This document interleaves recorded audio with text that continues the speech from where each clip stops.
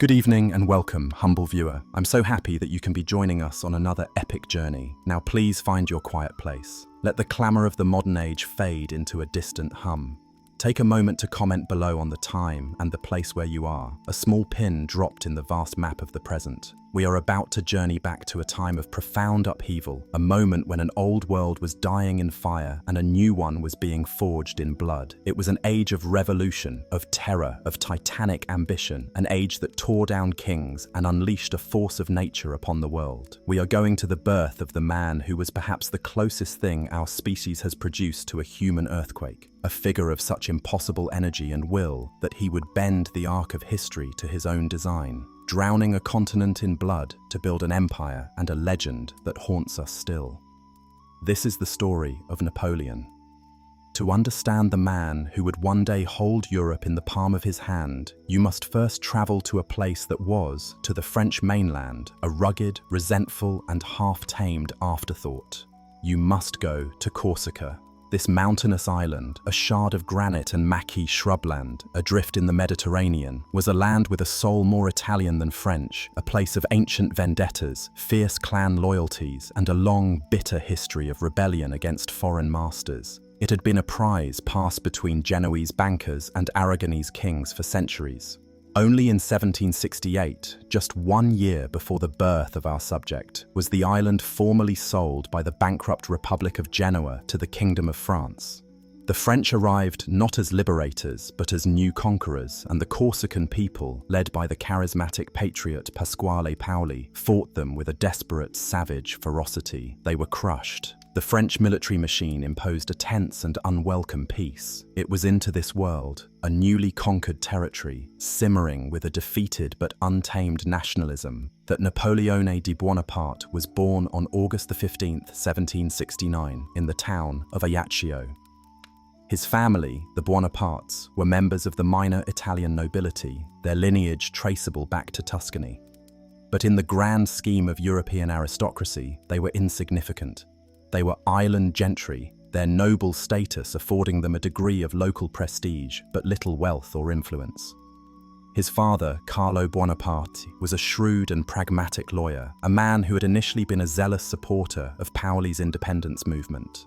But with the French victory, Carlo, a born opportunist, quickly switched his allegiance. He embraced the new French administration, recognizing that the path to advancement for himself and his children now lay not in resisting France, but in collaborating with it. This decision would be the key that unlocked his son's future, but it also sowed the seeds of a deep internal conflict in the young Napoleon. Through his father's newfound connections, he secured for his sons the ultimate prize, a royal scholarship to be educated in France. And so, at the age of 9, the young Napoleon, who spoke only Corsican-inflected Italian and not a word of French, was torn from his family and his homeland and sent into the heart of the kingdom that had subjugated his people. He was enrolled first at a religious school in autumn to learn the language, and then at the military academy of Brienne-le-Château. His 5 years at Brienne were a period of profound and formative misery. He was an outsider in every sense.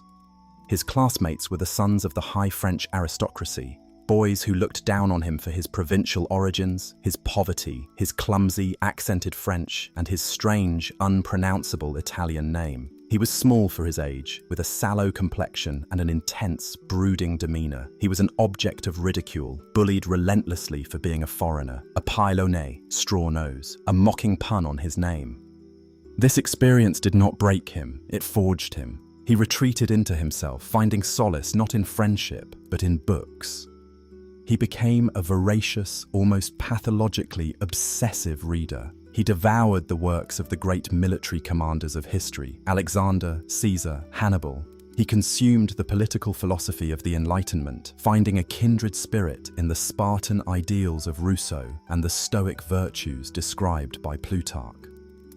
He developed a prodigious memory, a powerful grasp of mathematics and geography, and a deep and abiding contempt for the frivolous, entitled aristocrats who surrounded him. His isolation bred a fierce, almost suffocating ambition, a burning desire to prove himself superior to the French boys who mocked him. His early letters home are filled with a melancholic and fiery Corsican patriotism. a yearning for his homeland and a deep hatred for France. "I will do these Frenchmen all the mischief I can," he wrote in a youthful burst of fury. He was a volcano of resentment, waiting for an opportunity to erupt. After graduating from Brienne, he was admitted to the prestigious École Militaire in Paris, the premier military academy of the French monarchy. Here, he chose to specialize in the least glamorous but most technical and meritocratic branch of the army, the artillery. It was a choice that revealed his character. The cavalry was for dashing, wealthy noblemen. The infantry was for the common man. But the artillery was for the mathematician, the engineer, the man of science. It was the arm of the service where technical skill, precise calculation, and intellectual rigor mattered more than a fancy name or a long pedigree. It was the perfect home for a brilliant, impoverished outsider. He completed the 2-year course in a single year, a testament to his ferocious work ethic. And in 1785, at the age of just 16, he was commissioned as a second lieutenant in the Lafayette Artillery Regiment. He was sent to a series of dreary provincial garrison towns, his future seemingly mapped out, a long, slow, and unremarkable career as a minor officer in the King's army, his Corsican birth and lack of patronage forever a barrier to high command. Had the world remained as it was, he would have likely died in obscurity, a forgotten artillery captain with a chip on his shoulder. But the world did not remain as it was. In 1789, it exploded. The French Revolution was the single greatest catalyst of Napoleon's life, the event that shattered the ancient, rigid structures of the old regime and created the chaotic, fertile ground in which his unique genius could flourish. The storming of the Bastille, the declaration of the rights of man and of the citizen, the abolition of feudal privileges, these were not just political events, they were a seismic upheaval that turned the world upside down. For an ambitious young man like Napoleon, the revolution was not a threat, it was the ultimate opportunity. The old rules were gone. The system that had prized birth over talent was being systematically dismantled. Suddenly, anything seemed possible. The first effect of the revolution on the army was catastrophic. The officer corps had been the exclusive preserve of the aristocracy. As the revolution grew more radical, thousands of these noble officers, fearing for their lives and loyal to the king, fled the country, becoming émigrés. This created a massive vacuum in the command structure of the French army. Suddenly, there was a desperate need for skilled, loyal officers, and for the first time, promotion was thrown open to men of talent, regardless of their social standing. The very institution that had scorned Napoleon as an outsider was now forced to depend on men just like him for its very survival. Initially, Napoleon's energies were focused not on France, but on Corsica. He took extended leaves from his regiment and threw himself back into the turbulent politics of his homeland, now a hotbed of revolutionary fervor. He aligned himself with the Jacobin faction, the most radical proponents of the revolution, and tried to become a political player on the island. But he was outmaneuvered by the old master, Pasquale Paoli, who had returned from exile as a hero. Paoli, a constitutional monarchist at heart, grew wary of the radicalism in Paris, particularly after the execution of King Louis XVI in January 1793. He sought to align Corsica with Great Britain, France's great enemy. Napoleon, the zealous Jacobin and officer in the French army, was now on the opposite side. The clash was inevitable. After a failed attempt to seize the citadel of Ajaccio, Napoleon and the entire Bonaparte clan were declared traitors to Corsica and forced to flee their homeland in haste, their house burned behind them. This moment, in June of 1793, was a critical turning point. His Corsican dream was dead. He had been rejected by the very people he had once championed. With his family now destitute refugees in France, his identity was irrevocably altered. He was no longer a Corsican patriot who happened to be in the French army. He was now simply French. All his ferocious ambition, all his burning resentment, all his formidable energy would now be directed towards the service of the French Republic. He returned to his military duties, a man without a country, a man with everything to prove. His chance came just a few months later in a place that would forever be linked with his name, the great naval port of Toulon. The city of Toulon had risen in royalist revolt against the radical Jacobin government in Paris.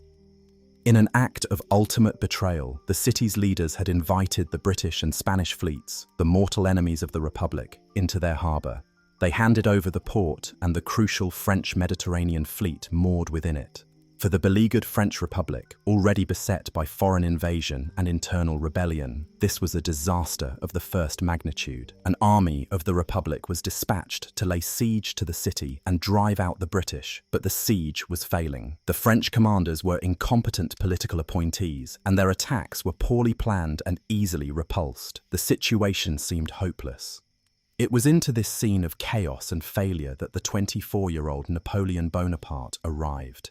He was not in command. He was merely a captain, assigned to command the artillery of the besieging army after its previous commander had been wounded. What he found was a state of utter disarray. The artillery consisted of a few mismatched cannons, a handful of demoralized gunners, and almost no ammunition. With a terrifying, almost inhuman energy, Napoleon transformed the situation. He was a whirlwind of motion. He requisitioned cannons from surrounding garrisons. He established workshops to manufacture cannonballs and gun carriages. He trained new gun crews, instilling in them his own fanatical devotion to the science of gunnery. He rode the lines constantly, his small frame a ubiquitous presence, sighting new batteries, correcting firing angles, and sleeping for only a few hours a day beside his guns. But his true genius lay in his strategic vision. While the official commanders, the generals of the Salon, planned for a direct, bloody assault on the city itself, Napoleon understood that this was a fool's errand. He recognized the key to the entire strategic situation. The real target was not the city of Toulon, but the British fleet anchored in its harbor. If he could threaten the fleet, the British would be forced to evacuate, and the city would fall without a costly frontal attack. He identified a high promontory, a rocky outcrop called l'Aiguillette, which commanded a perfect view of the harbor. He told his commanders, "There is Toulon." If he could place heavy artillery on that point, he could rain down cannonballs on the British ships, making their position untenable. His superiors, incompetent political hacks, initially dismissed his plan, but Napoleon was relentless. He badgered, he argued, he wrote blistering reports to the political commissars, the powerful representatives of the government who had the power to hire and fire generals. One of these commissars, Antoine Salicetti, a fellow Corsican who knew the Bonaparte family, recognized the young captain's brilliance and fierce competence. He became Napoleon's champion. The commanding general was dismissed, and a new, more professional soldier, General Dugommier, was put in charge. Dugommier, a seasoned veteran, listened to his young artillery chief, recognized the genius of his plan, and gave him the green light. Napoleon began to methodically assemble his great battery.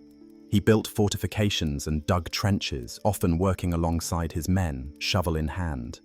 He exposed himself to constant enemy fire, displaying a personal courage that bordered on recklessness.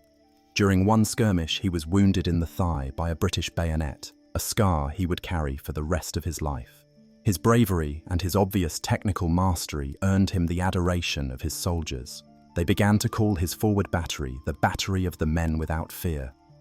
Finally, in mid-December 1793, under the cover of a torrential winter storm, the French attack began. The assault was directed at the key enemy forts guarding the promontory. The fighting was savage, hand-to-hand combat in a landscape of mud and driving rain. Napoleon was at the heart of the action, leading the final charge that captured the crucial redoubt. As dawn broke, the French were in possession of the high ground. Just as Napoleon had predicted, the situation for the British was now impossible. Their magnificent ships of the line were trapped in the harbor, helpless targets for the French cannons that now looked down upon them. The British commander, Admiral Hood, had no choice but to order an immediate and chaotic evacuation. The British set fire to the French ships and naval stores they could not take with them, and by nightfall the last British sail had disappeared over the horizon. The city of Toulon, abandoned by its allies, surrendered to the forces of the Republic. The victory was total, and it was Napoleon's victory. He had been the strategic mind, the driving force, the hero of the hour.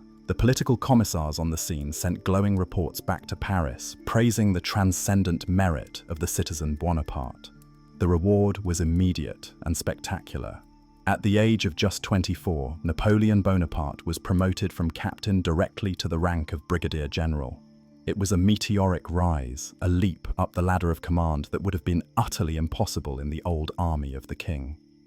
He had arrived at Toulon as an obscure, impoverished officer. He left it as a general of the Republic, his name known in the halls of power in Paris. The outsider had finally had his eruption. His newfound success, however, was nearly short-lived. His association with the radical Jacobin faction, particularly with Augustin Robespierre, the younger brother of the infamous Maximilien Robespierre, made him vulnerable when the political winds in Paris shifted. In the Thermidorian reaction of July 1794, the reign of terror came to an end. The Robespierres were overthrown and sent to the guillotine. Their allies and protégés were purged. General Bonaparte, the Robespierrist general, was arrested and briefly imprisoned. For 10 days, his career and his life hung in the balance. He was eventually released, cleared of the most serious charges, but his name was tainted. He was removed from his command and placed on the inactive list, his meteoric rise seemingly over as quickly as it had begun. For over a year, he languished in Paris, a general without an army. He was impoverished, often skipping meals, his uniform growing threadbare.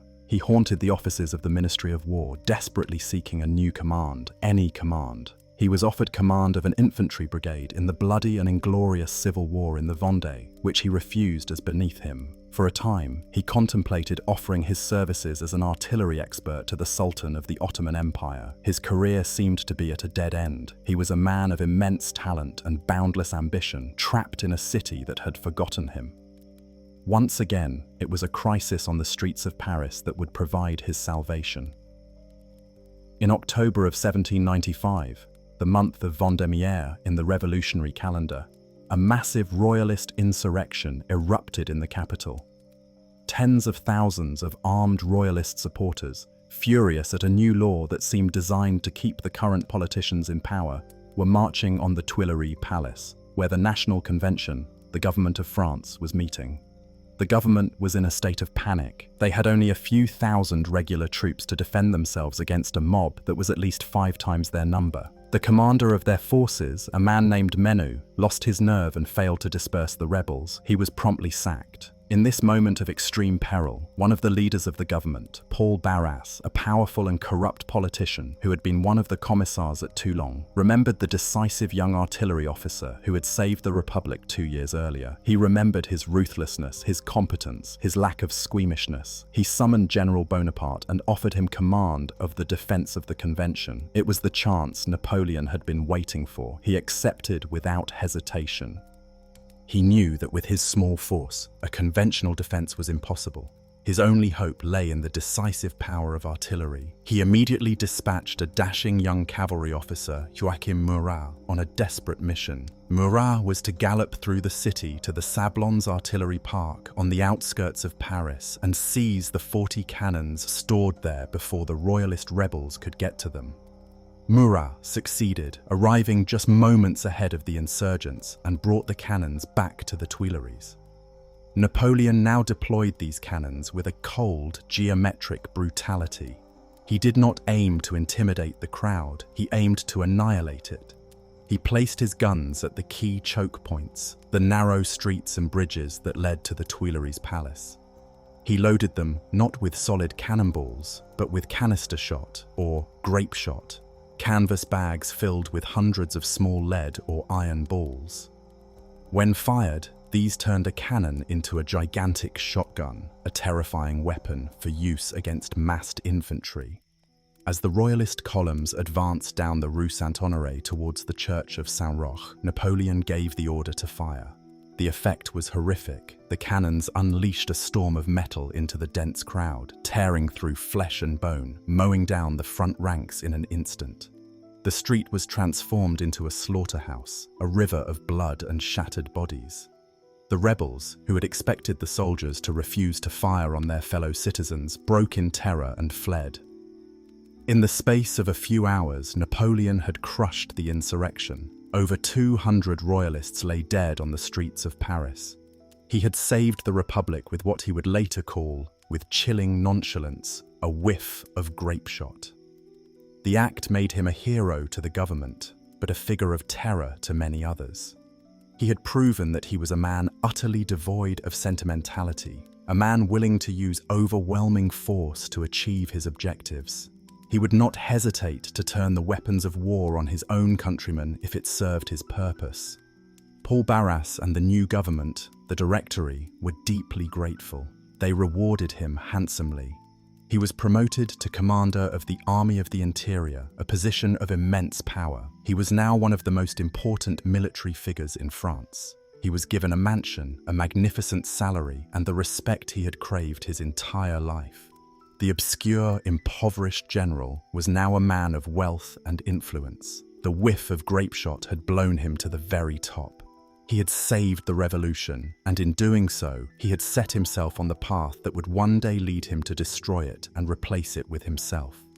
The bloody street clearing of Vendémiaire had made Napoleon the master of Paris and the feared protector of the corrupt, unstable government known as the Directory. He was now a man of power and consequence, a general at the center of the political web, his name whispered with a mixture of awe and terror in the salons of the capital. It was in these circles that he met the woman who would become the great love and the great sorrow of his life, Josephine de Beauharnais. A beautiful, charming, and sexually experienced widow, 6 years his senior, a survivor of the Terror whose first husband, an aristocrat, had been guillotined, Josephine was a leading figure in the decadent, high-living society of the Directory. She was a woman of incredible grace and social skill, but she was also deeply in debt and possessed a reputation for promiscuity. Napoleon, the awkward and intense soldier, was utterly captivated by her. He fell in love with a violent, obsessive passion that bordered on worship. His letters to her during their courtship and early marriage are some of the most scorching and desperate love letters ever written, filled with raw, almost painful outpourings of devotion. For him, a man who had always felt like an outsider, this elegant Creole aristocrat represented a world of grace and social acceptance he desperately wanted to conquer. They married in a civil ceremony in March of 1796. He was 26, she was 32. 2 days after the wedding, he left Paris to take up the command that would transform him from a formidable French general into a figure of European legend. His new command was the Army of Italy. On paper, this was a significant post, but in reality, it was a poisoned chalice. The Italian front was a stagnant, neglected backwater in the grand strategy of the Republic. The main French effort in the war against the Austrian Empire was planned for the Rhine frontier, where 2 massive, well-equipped armies were supposed to strike the decisive blow against Vienna.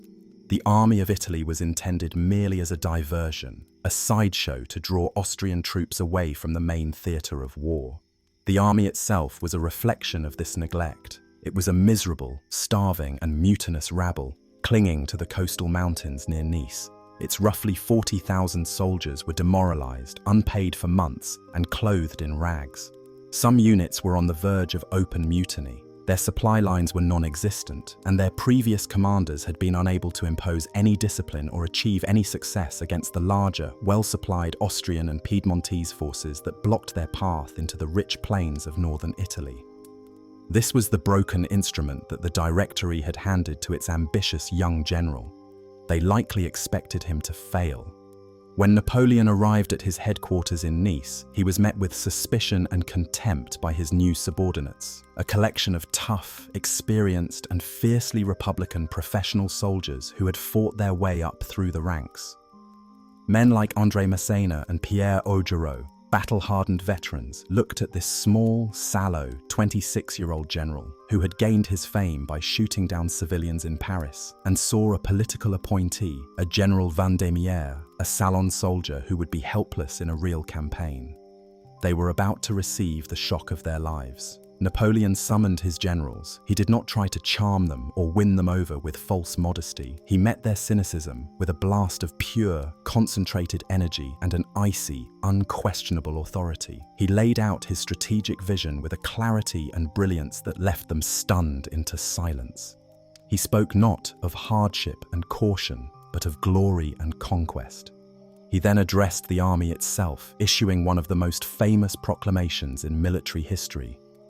"Soldiers," he declared, "you are naked, ill-fed. The government owes you much and can give you nothing. I will lead you into the most fertile plains in the world. Rich provinces, great cities will be in your power. There you will find honor, glory, and riches. Soldiers of Italy, will you be lacking in courage or constancy?"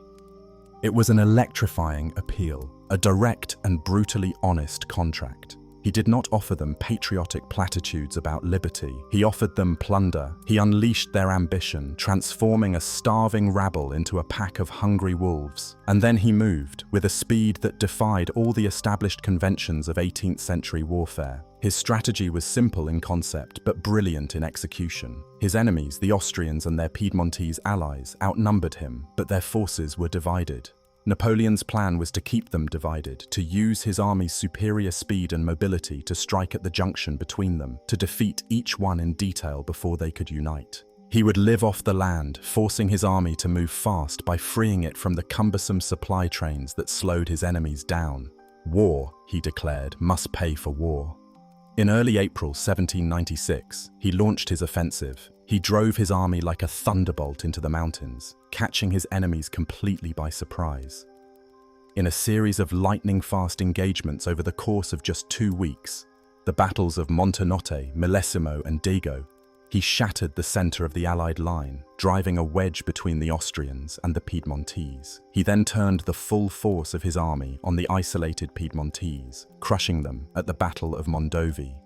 The terrified king of Piedmont Sardinia sued for peace, knocking one of France's enemies out of the war and securing Napoleon's rear.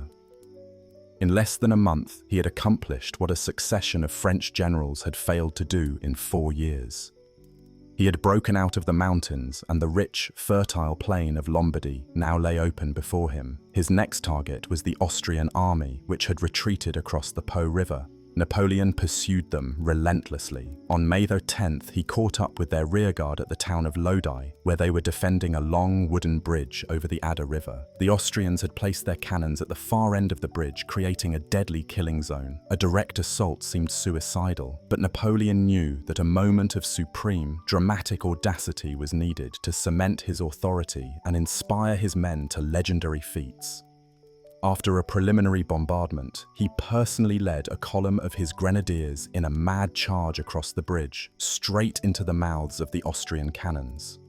The French column faltered under the hail of canister shot, but Napoleon and his generals, including Massena and Louis-Alexandre Berthier, his indispensable chief of staff, were at the front, physically urging the men forward. The charge succeeded, the Austrians were driven back, and the French army poured across the river. Militarily, the Battle of Lodi was not a major strategic victory. The bulk of the Austrian army had already escaped, but psychologically its effect was immense. It was the moment, Napoleon would later say, that he first began to believe he was a man of destiny, that he was capable of achieving great things. His soldiers, awestruck by his personal bravery, his willingness to share their danger, gave him a new nickname. They began to call him with affectionate reverence, Le Petit Caporal, the Little Corporal, a reference to his habit of getting involved in the technical work of sighting the cannons, a job usually done by a non-commissioned officer. The name stuck. It cemented the powerful, almost mystical bond between Napoleon and his men, a bond that would become one of the cornerstones of his power. 5 days after Lodi, he made a triumphal entry into Milan, the capital of Lombardy.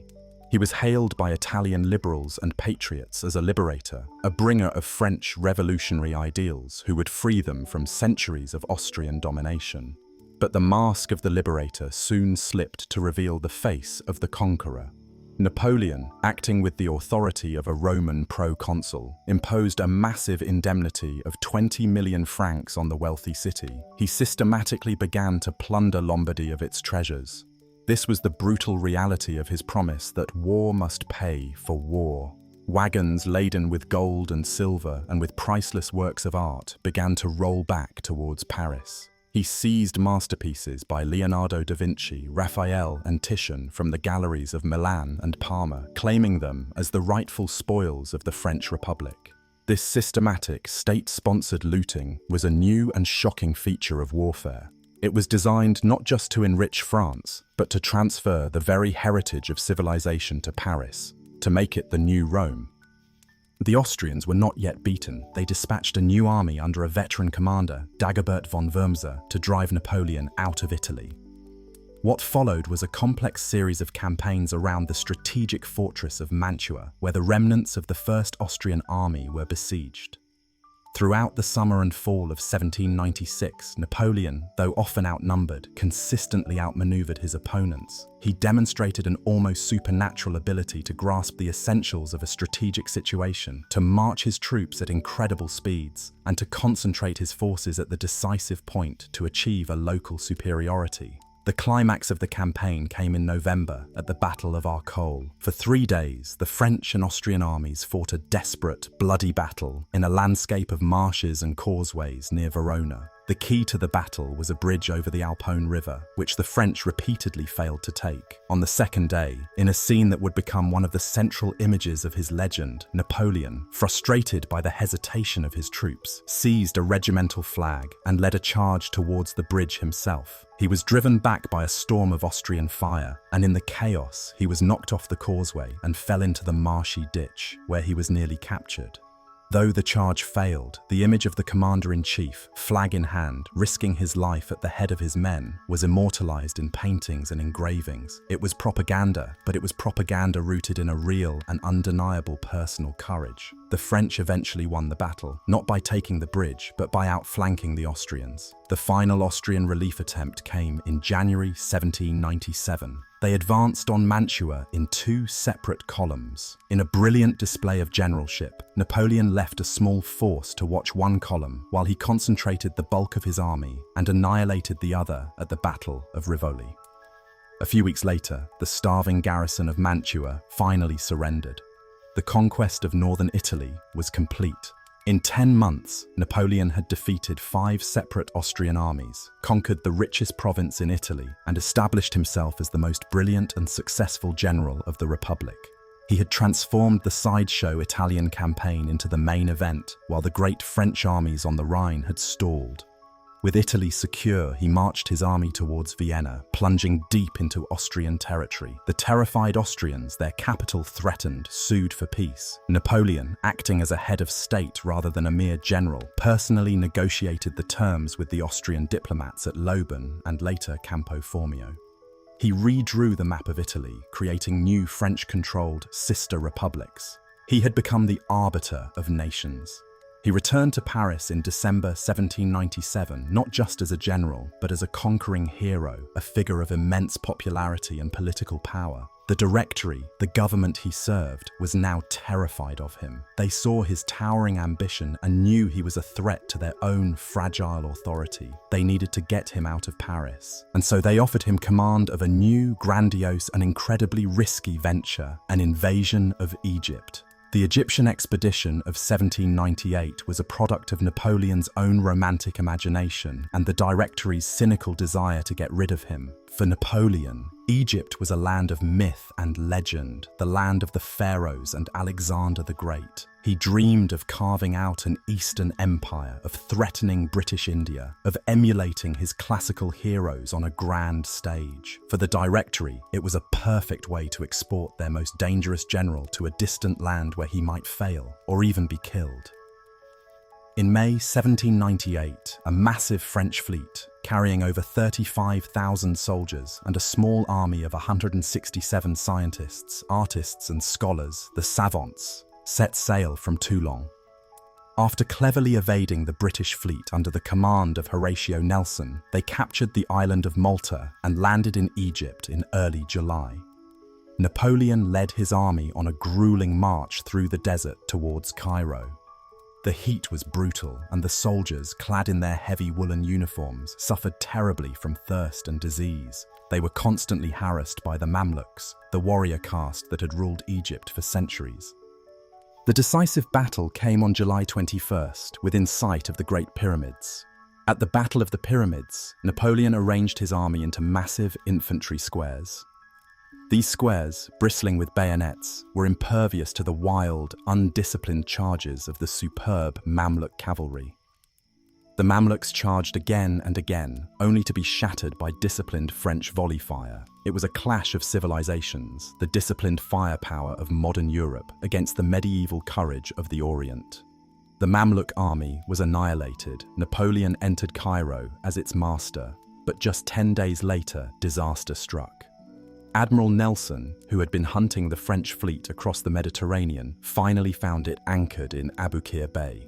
At the Battle of the Nile, Nelson launched a daring surprise attack and utterly destroyed the French fleet. It was one of the most decisive naval victories in history. With a single blow, Napoleon and his entire army were cut off from France. They were trapped in Egypt, their grand strategic ambition in ruins. Napoleon spent the next year trying to consolidate his rule in Egypt. His savants undertook a monumental study of the country, its history, its monuments, and its natural life, laying the foundations for modern Egyptology. It was one of his soldiers who discovered the Rosetta Stone, the key that would unlock the mystery of the hieroglyphs. But Napoleon's attempts to govern were less successful. He tried to portray himself as a friend of Islam, but his rule was met with a bloody uprising in Cairo, which he brutally suppressed. He led a difficult and ultimately failed campaign north into Syria, where his army was ravaged by the plague and failed to take the fortress of Acre. By the summer of 1799, he realized that his eastern dream was over. He was a prisoner in his own conquest.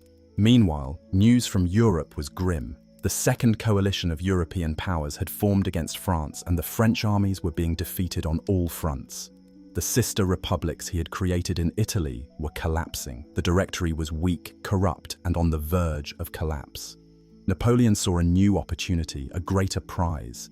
He made a cold and calculated decision. On the night of August 22nd, 1799, he secretly boarded a frigate, abandoning the bulk of his army to its fate in Egypt. He slipped past the British blockade and sailed for France. When he landed in France in October, he was greeted not as a general who had abandoned his army, but as a national hero, the conqueror of Italy and Egypt, the only man who could save the Republic from its enemies, both foreign and domestic. He arrived in Paris to find a political situation ripe for a coup. The Directory was discredited, and several key political figures, including the Abbé Sieyès, were actively plotting to overthrow it and establish a more stable, authoritarian government. They were looking for a general, a sword, to provide the military muscle for their coup. They thought they could use General Bonaparte. They were about to learn that he intended to be the master, not the servant. The coup was planned for November the 9th, 1799, or 18th Brumaire in the revolutionary calendar. The plot was complex, involving moving the legislative councils out of Paris and intimidating them into voting to dissolve the Directory and write a new constitution. The first day of the coup went smoothly, but on the second day, it nearly fell apart. When Napoleon entered the chamber of the Council of 500, the lower house, he was met with a storm of fury. The deputies, suspecting a military dictatorship, screamed, "Down with the tyrant! Outlaw him!" They surrounded him, jostling and threatening him. For one of the few times in his life, Napoleon, the master of the battlefield, lost his nerve in the face of political opposition. He stammered, turned pale, and had to be dragged from the chamber by his grenadiers. The coup was saved by his brother, Napoleon Bonaparte, who was the president of the council. As Napoleon faltered, Napoleon stepped forward. He ran outside to the soldiers guarding the building and delivered a brilliant theatrical lie. He claimed that a minority of deputies, armed with daggers and in the pay of the English, were terrorizing the council and had tried to assassinate their general. He pointed his sword at his brother's heart and swore that he himself would kill him if he ever betrayed the principles of the revolution. It was a masterful performance. The enraged soldiers, believing their general's life was in danger, no longer hesitated. Led by Murat, they stormed the legislative chamber with fixed bayonets, sending the terrified deputies scrambling out of the windows. The coup had succeeded through brute force. That evening, a rump of the council was rounded up and forced to formally abolish the Directory and appoint 3 consuls to rule France. The 3 consuls were Sieyès, another plotter named Ducos, and General Napoleon Bonaparte. Sieyès, the veteran politician, believed he would be the true power, that Napoleon would be a figurehead. He had vastly underestimated his man. In the weeks that followed, as the new constitution was being written, Napoleon outmaneuvered him at every turn. Through sheer force of will, intellectual superiority, and tireless work, he ensured that the new government, the consulate, would place almost all executive power in the hands of the first consul, and he made sure that the first consul would be himself. By the end of the year, a new constitution was proclaimed. It was, as one wit described it, short and obscure. But its meaning was clear. The chaotic 10-year experiment of the French Revolution was over. The Republic still existed in name, but in reality, France had a new master. The sword of the Republic had seized the state. The coup of 18 Brumaire was a turning point not just for France, but for the modern world. The chaotic, violent, and idealistic decade of the French Revolution, a period that had witnessed the birth of modern democracy, the terror of the guillotine, and the creation of a citizen army that had defied all of Europe, was over. The storm had passed, leaving behind a nation exhausted by factionalism, civil war, and political instability. France was desperate for order, for peace, for a firm hand to guide it out of the chaos. It was into this vacuum of authority that Napoleon Bonaparte, now titled First Consul, stepped. He was no longer just a general, he was the master of France, wielding a power more absolute than any Bourbon king had ever dreamed of. The next few years would reveal a different side of his genius. The world knew him as a brilliant soldier, a master of the battlefield. It would now come to know him as a prodigious statesman, a tireless administrator, and a lawgiver of monumental, world-altering significance. This was the period where he would forge the institutions and the legal framework of modern France, a legacy that would, in many ways, prove more durable than all his military conquests. Upon taking power, Napoleon faced a nation on the brink of collapse. The treasury was empty. Brigandage and lawlessness were rampant in the countryside. A bitter civil war still smoldered in the Vendée region. The political landscape was a fractured mess of competing factions, die-hard Jacobins on the left, unrepentant royalists on the right, and a vast, weary centre that craved stability above all else. His first priority was to restore order, to prove that his new government could deliver the peace and security that the Directory had so spectacularly failed to provide. He worked with a demonic, almost inhuman energy, often dictating to multiple secretaries at once, sleeping for only 3 or 4 hours a night, and immersing himself in every minute detail of the state, from the budget of a provincial town to the design of a new army uniform. His approach was a powerful and effective mixture of ruthless suppression and magnanimous reconciliation. He sent generals into the provinces with clear orders: crush all armed opposition without mercy. The lingering royalist rebellion in the Vendée was stamped out with a brutal efficiency that previous governments had lacked. Yet, at the same time, he offered an amnesty to those who would lay down their arms. He ended the harsh revolutionary laws against émigré nobles and priests, inviting them to return to France and swear an oath of loyalty to the new regime. He declared, "There will be no more Jacobins, no more moderates, no more royalists. There are only Frenchmen." It was a brilliant policy of national fusion, an attempt to heal the deep wounds of the revolution by co-opting talent from all sides. A former royalist could find a place in his new administration alongside a regicide who had voted for the death of the king, as long as both were competent and, above all, loyal to him. To fix the nation's shattered finances, he acted with a swift and decisive hand. He established the Bank of France in 1800, a central bank designed to stabilize the currency and provide credit to the government and to industry. He overhauled the chaotic and corrupt tax system, replacing the patchwork of revolutionary taxes with a more rational, centralized, and efficient system of collection. For the first time in decades, the French state had a regular and predictable source of revenue. The government could pay its soldiers, its officials, and its creditors on time. This financial stability was the bedrock upon which he would build his empire. He also understood the importance of infrastructure, not just for commerce, but for military control. He initiated a massive program of public works, building new roads, canals, and bridges that would bind the nation together and allow his armies to move with unprecedented speed. But his most enduring achievement, the legacy that has outlived all his battle flags and imperial eagles, was the creation of a single, unified legal system for all of France. Before the revolution, France had been a bewildering legal maze, a patchwork of hundreds of different local legal codes based on Roman law in the south and Germanic custom in the north.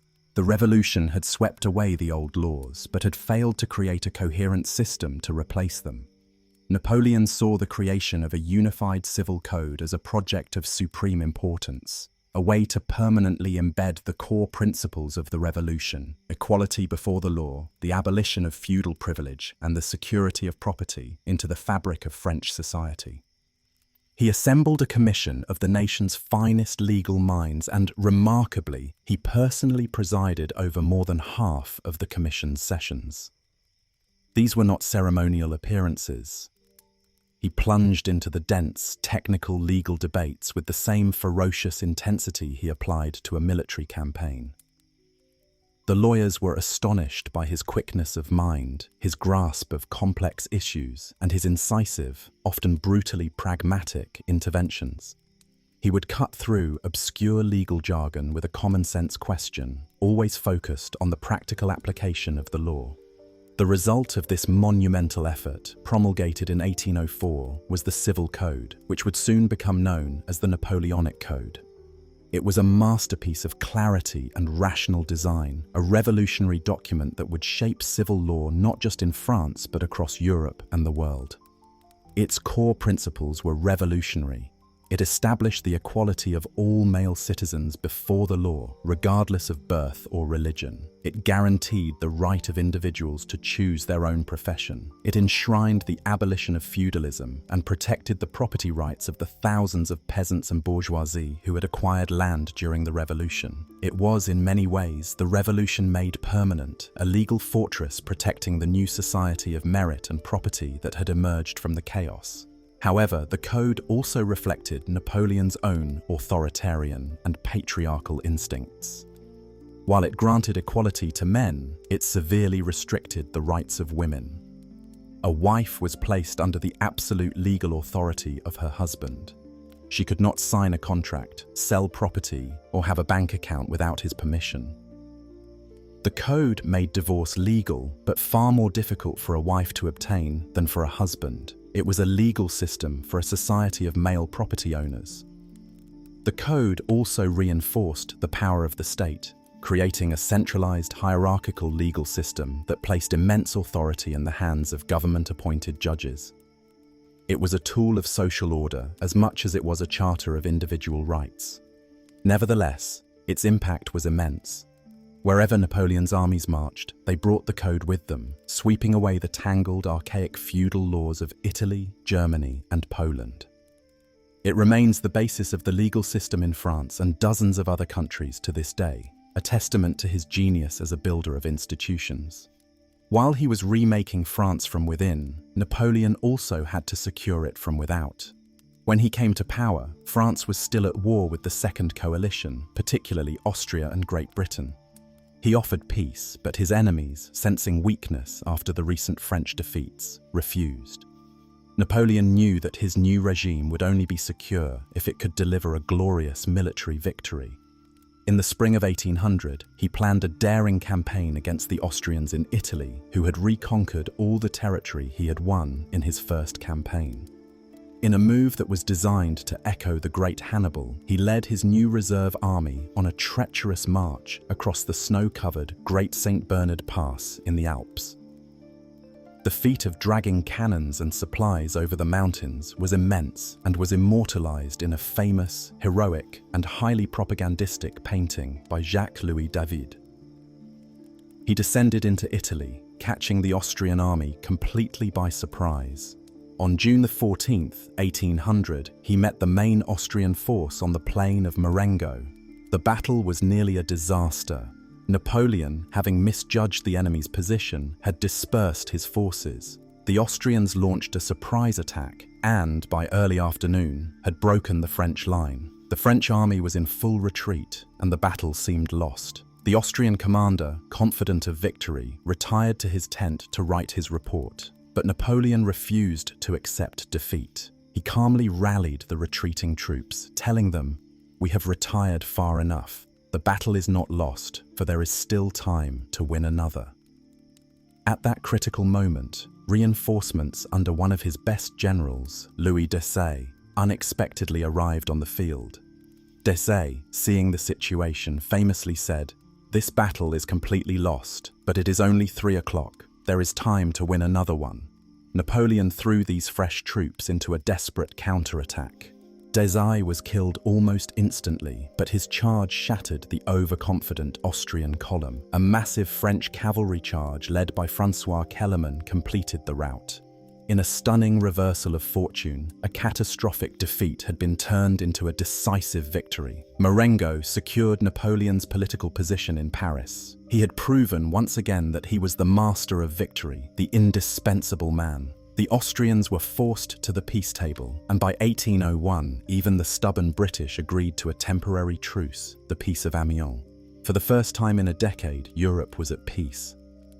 With the wars temporarily over, Napoleon turned his attention to healing another of the revolution's deepest wounds, the conflict with the Catholic Church. The revolution had been fiercely anti-clerical, confiscating church lands, persecuting priests, and promoting a secular cult of the supreme being. This had alienated millions of devoutly Catholic French citizens, particularly in the countryside. Napoleon, who was privately a deist with little personal religious faith, was a supreme political pragmatist. He understood that religion was a powerful tool for social control.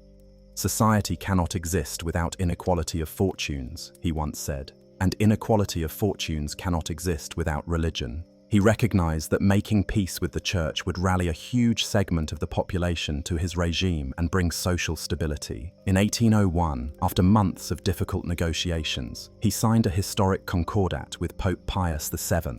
The concordat was a masterful political compromise. It recognized Catholicism not as the official state religion, but as the religion of the great majority of French citizens. The state agreed to pay clerical salaries, and the church agreed to accept the permanent loss of the lands that had been confiscated during the revolution. In essence, the church became a salaried branch of the state bureaucracy, its priests now dependent on and loyal to the government. Napoleon had achieved his goal. He had harnessed the power of the church to his own political ends, pacifying the religious anxieties of the nation and solidifying his own rule. The years of the consulate were a period of immense achievement and growing authoritarianism. Napoleon established the lycée system of secondary education to train the nation's future administrators and officers. He created the Legion of Honor, a new order of merit to reward civil and military service, creating a new form of nobility based on talent rather than birth. But he also systematically dismantled the political freedoms of the revolution. He censored the press, shutting down dozens of newspapers.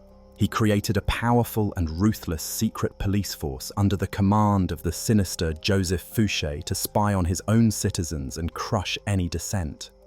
He survived several assassination attempts, including a royalist plot involving an infernal machine, a bomb packed into a barrel that killed dozens of bystanders in Paris.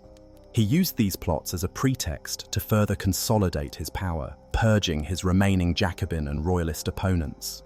By 1802, his position was so secure that he felt confident enough to hold a plebiscite, a popular referendum, asking the French people if he should be made consul for life.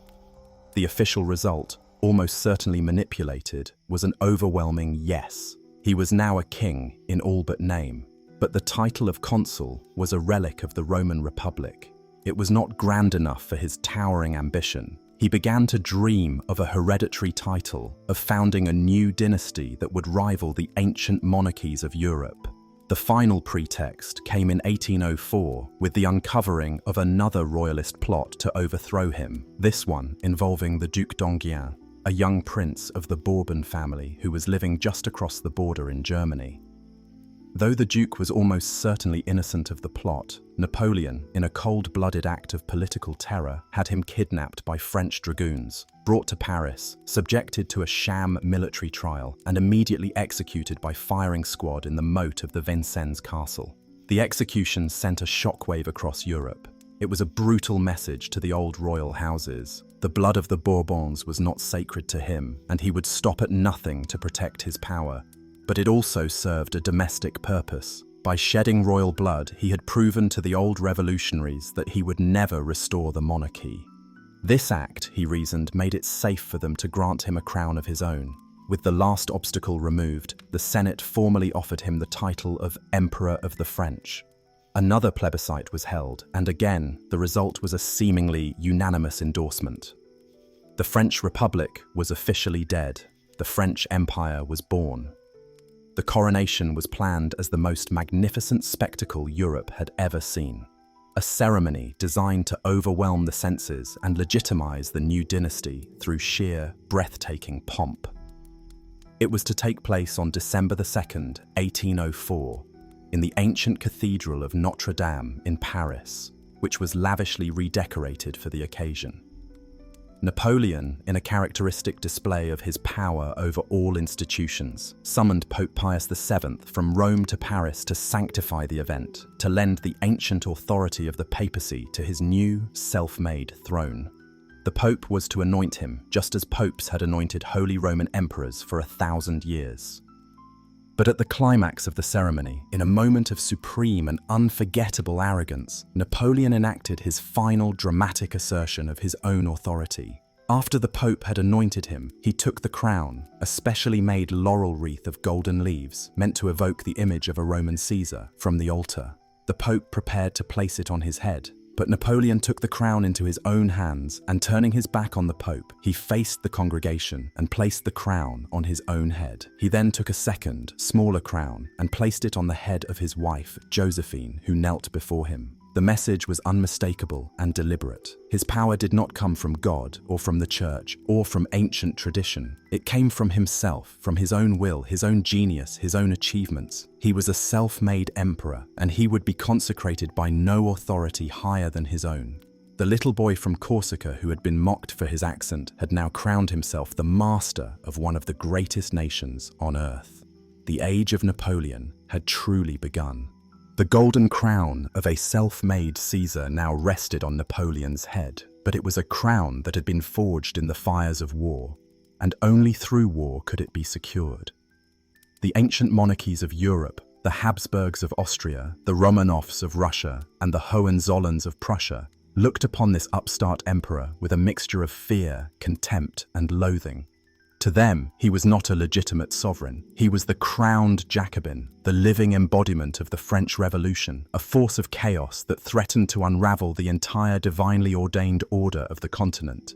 The brief, fragile peace of Amiens with Great Britain had already collapsed in 1803, and by 1805, British gold and diplomacy, guided by the implacable will of Prime Minister William Pitt the Younger, had successfully forged a new alliance against France. The Third Coalition. Great Britain, with its untouchable navy, would provide the funds. Austria and Russia, with their vast land armies, would provide the muscle. They planned to crush Napoleon once and for all, to extinguish the French Empire and restore the old balance of power. They were about to learn the difference between fighting the French Republic and fighting Napoleon himself. For more than a year, Napoleon's primary focus had been on his great rival, England. He had assembled a massive and highly trained army, the Grande Armée, along the coast of the English Channel, with the express purpose of invading and conquering the British Isles. This army, numbering nearly 200,000 men, was the finest fighting force in the world. Its soldiers were hardened veterans of the Revolutionary Wars, its officers were promoted on merit, and its marshals, men like Lannes, Davout, Ney, Soult, and Murat, were a constellation of military talent unparalleled in modern history. The army was organized into a new, flexible corps system, essentially self-contained mini-armies that could march independently but converge rapidly for battle. For months, they drilled, they trained, and they waited for the French fleet to gain control of the Channel, even for a few days, to allow them to cross. But that naval superiority never came. In October 1805, at the Battle of Trafalgar, Admiral Lord Nelson annihilated the combined French and Spanish fleets, forever ending Napoleon's dream of invading England. The news of Trafalgar, however, reached Napoleon after the fate of the continent had already been decided. By late August, realizing that a naval victory was unlikely and aware that the Austrian and Russian armies were mobilizing to the east, he made a decision of breathtaking speed and audacity. He abandoned the invasion of England and ordered the Grande Armée to break camp and march east, to destroy the continental armies of the Third Coalition before they could fully unite. It was a colossal strategic pivot. An entire army, one of the largest ever assembled, turned its back on the sea and began to march across the face of Europe at a speed that seemed to defy the laws of physics and logistics. The plan of the coalition was simple: A large Austrian army, under the command of the unfortunate General Karl Mack von Leiberich, would invade France's ally, Bavaria, and wait there for a massive Russian army under General Mikhail Kutuzov to arrive and join them. Together, their combined force would be overwhelming. The plan's only weakness was that it relied on Napoleon behaving in a conventional, predictable manner. It assumed he would be slow to react. It was a fatal miscalculation. The Grande Armée moved with a speed the old armies of Europe could not comprehend, marching in separate corps along different routes to forage more effectively and disguise their ultimate destination. They covered up to 25 miles a day, a pace unheard of for an army of that size. Napoleon himself described the new principle of his warfare: "I have destroyed the enemy merely by marching." Before General Mack even realized what was happening, the 7 corps of the Grande Armée had crossed the Rhine, swept south, and crossed the Danube behind his army, which was headquartered in the city of Ulm. In a series of brilliant enveloping maneuvers, Napoleon's marshals, guided by his precise instructions, snapped shut a gigantic trap. Mack found himself completely surrounded, his lines of communication and retreat severed.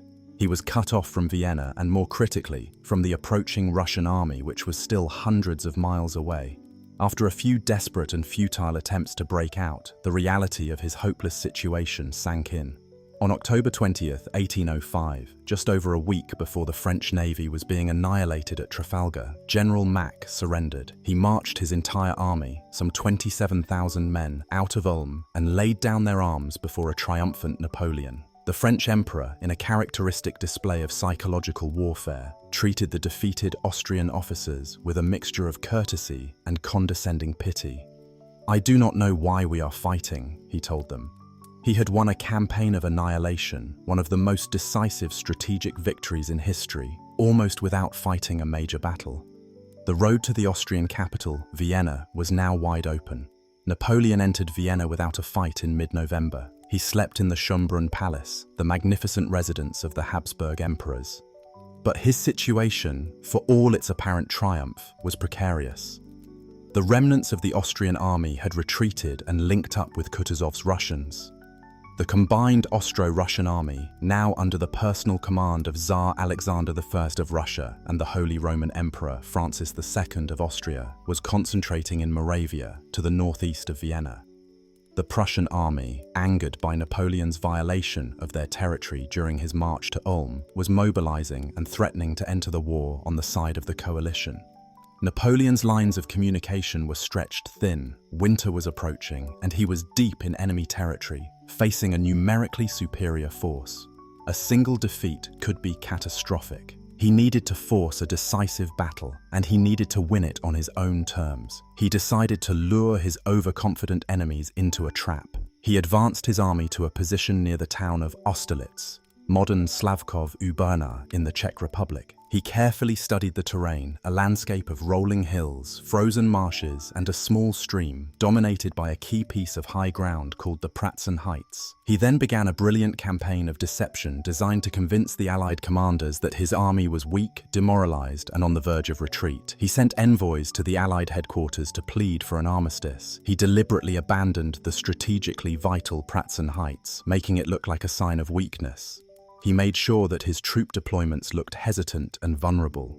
The young, vain Tsar Alexander, surrounded by equally inexperienced and aggressive young noble officers, fell for the bait completely. Ignoring the cautious advice of his veteran general, Kutuzov, Alexander believed he had Napoleon trapped. He devised a plan that played directly into Napoleon's hands. The main Allied attack would be a massive flanking maneuver to the south, designed to roll up the seemingly weak French right flank and cut off Napoleon's line of retreat to Vienna. To do this, they would have to move a huge portion of their army off the Pratzen Heights, fatally weakening their own center. On the eve of the battle, December 1st, 1805, Napoleon rode among his troops. It was the first anniversary of his coronation, and his soldiers, sensing a great battle was imminent, greeted him with a spontaneous torchlight procession, holding aloft flaming bundles of straw on the ends of their bayonets. The sight of tens of thousands of lights twinkling across the darkened hillsides was a spectacular and moving display of the bond between the emperor and his army. Napoleon, deeply touched, now knew his men were ready. He issued his final proclamation. "Soldiers, The enemy has imprudently placed himself so that he will be cut off on his retreat. I shall myself direct all your battalions. I shall keep myself distant from the fighting if, with your accustomed bravery, you carry disorder and confusion into the enemy's ranks. But if victory were for a moment uncertain, you would see your emperor exposing himself to the first blows. The next morning, December 2nd, the battlefield was shrouded in a thick, freezing fog. As Napoleon had predicted, the bulk of the Allied army began its slow, ponderous march south, descending from the Pratzen Heights to attack his right flank. Napoleon waited, with an almost inhuman patience, concealed by the fog. His right flank, commanded by the brilliant Marshal Davout, whose corps had just completed an astonishing forced march of 70 miles in 2 days to arrive in time, was ordered to hold on at all costs, to absorb the main Allied attack and fix them in place. Then, at around 9 a.m., the moment Napoleon had been waiting for arrived. The winter sun broke through the fog, bathing the Pratzen Heights in a brilliant golden light. This was the famous Sun of Austerlitz, which would forever be a symbol of his good fortune. With the Allied centre now fatally weakened and exposed, he gave the order to attack. One sharp blow, he commanded Marshal Soult, and the war is over. 2 divisions of Soult's corps surged forward out of the mist and stormed straight up the slopes of the Pratzen Heights. The Allied commanders were caught completely by surprise. The fighting for the heights was furious, but the French veterans, energized and perfectly positioned, were unstoppable.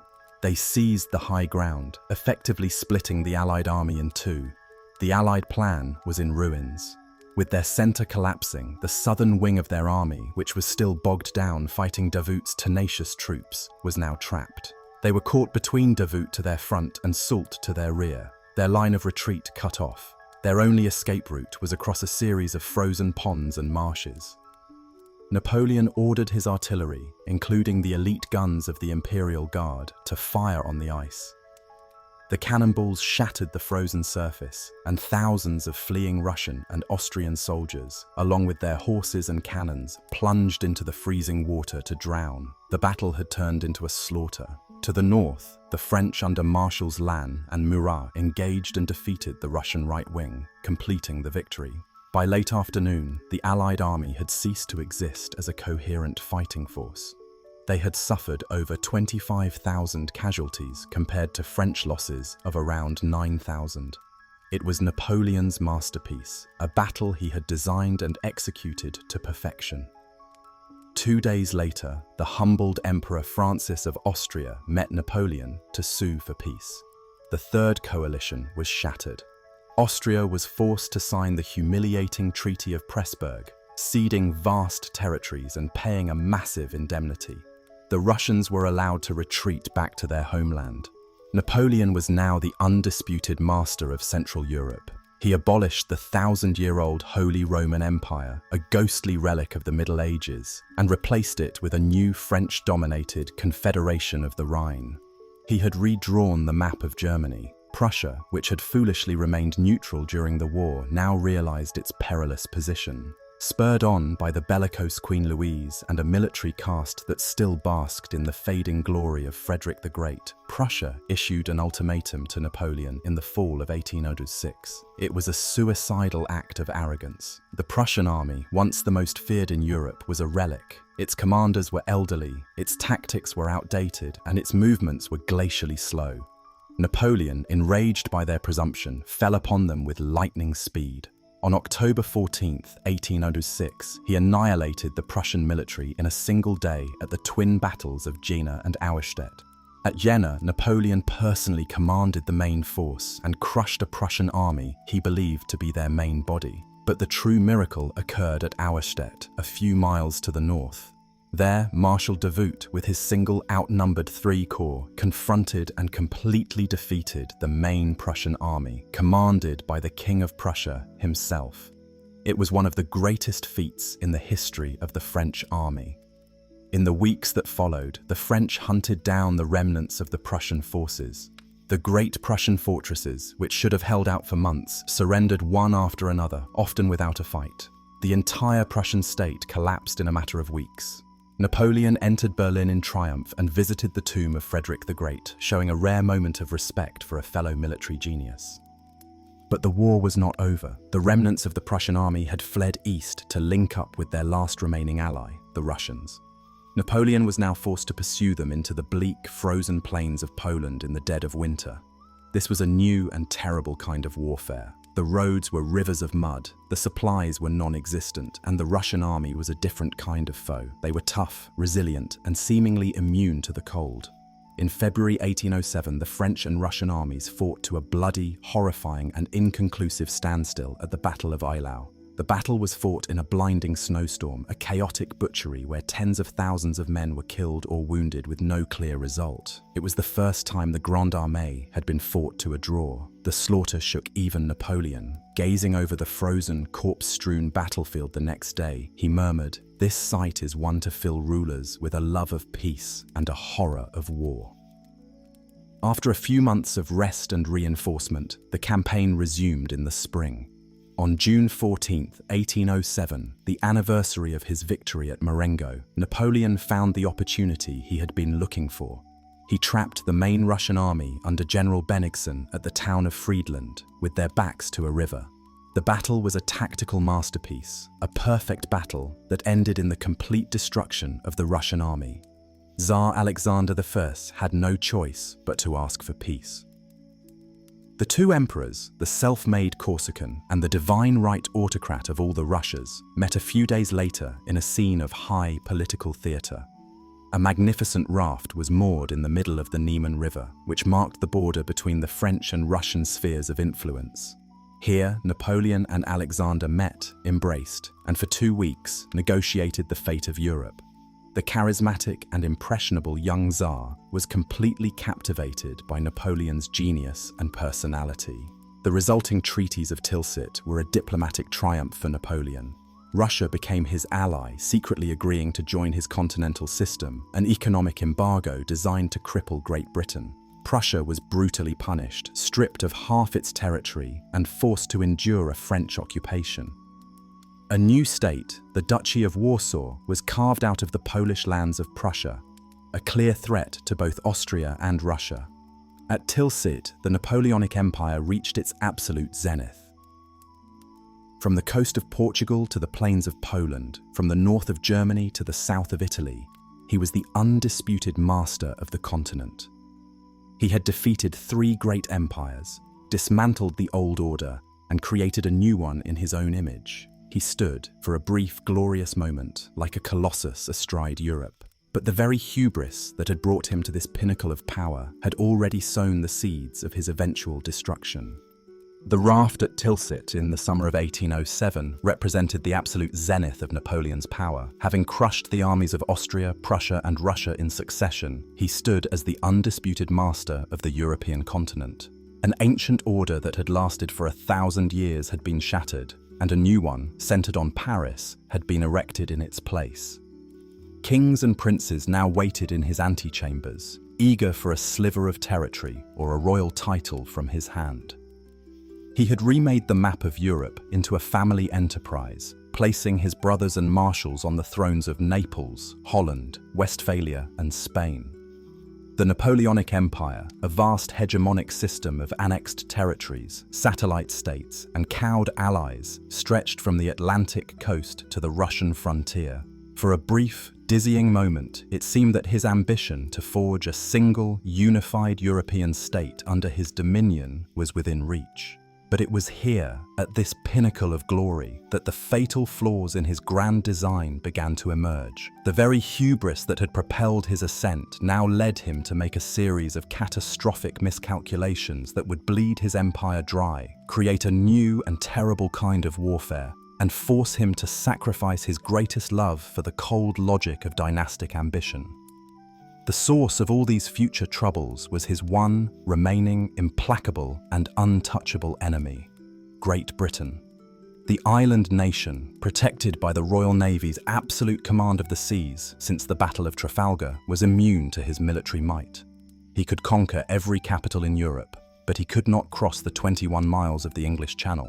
Frustrated in his desire for a direct military solution, Napoleon resolved to destroy Britain through other means.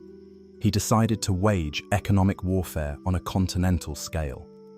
In 1806, from the conquered city of Berlin, he had issued a decree instituting the Continental System, or the Continental Blockade. The policy was simple in concept: to forbid every nation under his control or influence from trading with Great Britain. The goal was to close every port in Europe to British goods, thereby crippling the British economy, which depended on its exports and its colonial trade. He believed he could bankrupt the nation of shopkeepers, foment social unrest, and force them to sue for peace. It was an attempt to use his land power to defeat their sea power, to turn the entire continent of Europe into a single economic weapon. The continental system was, in theory, a powerful idea. But in practice, it was a colossal strategic blunder, an act of imperial overreach that would ultimately do more damage to Napoleon's own empire than it ever did to Britain. Firstly, it was impossible to enforce. The European coastline was vast and porous, and a massive and lucrative smuggling trade sprang up almost immediately. British goods, textiles, sugar, coffee, manufactured items were simply too desirable and too cheap to be kept out. Even high-ranking French officials, including some of Napoleon's own marshals, secretly lined their pockets by turning a blind eye to the illicit trade. Secondly, the blockade was a two-edged sword. While it hurt Britain, it also devastated the economies of the European port cities and satellite states that depended on that trade. Merchants were ruined, industries collapsed, and ordinary people were deprived of staple goods. The system bred deep and widespread resentment against French rule, transforming Napoleon from a potential modernizer into an economic tyrant in the eyes of many Europeans. The constant need to enforce this unpopular and leaky blockade would drag him into a series of disastrous new conflicts, demanding ever more soldiers, more resources, and more political repression. The first and most fatal of these would be in the seemingly insignificant backwater of the Iberian Peninsula.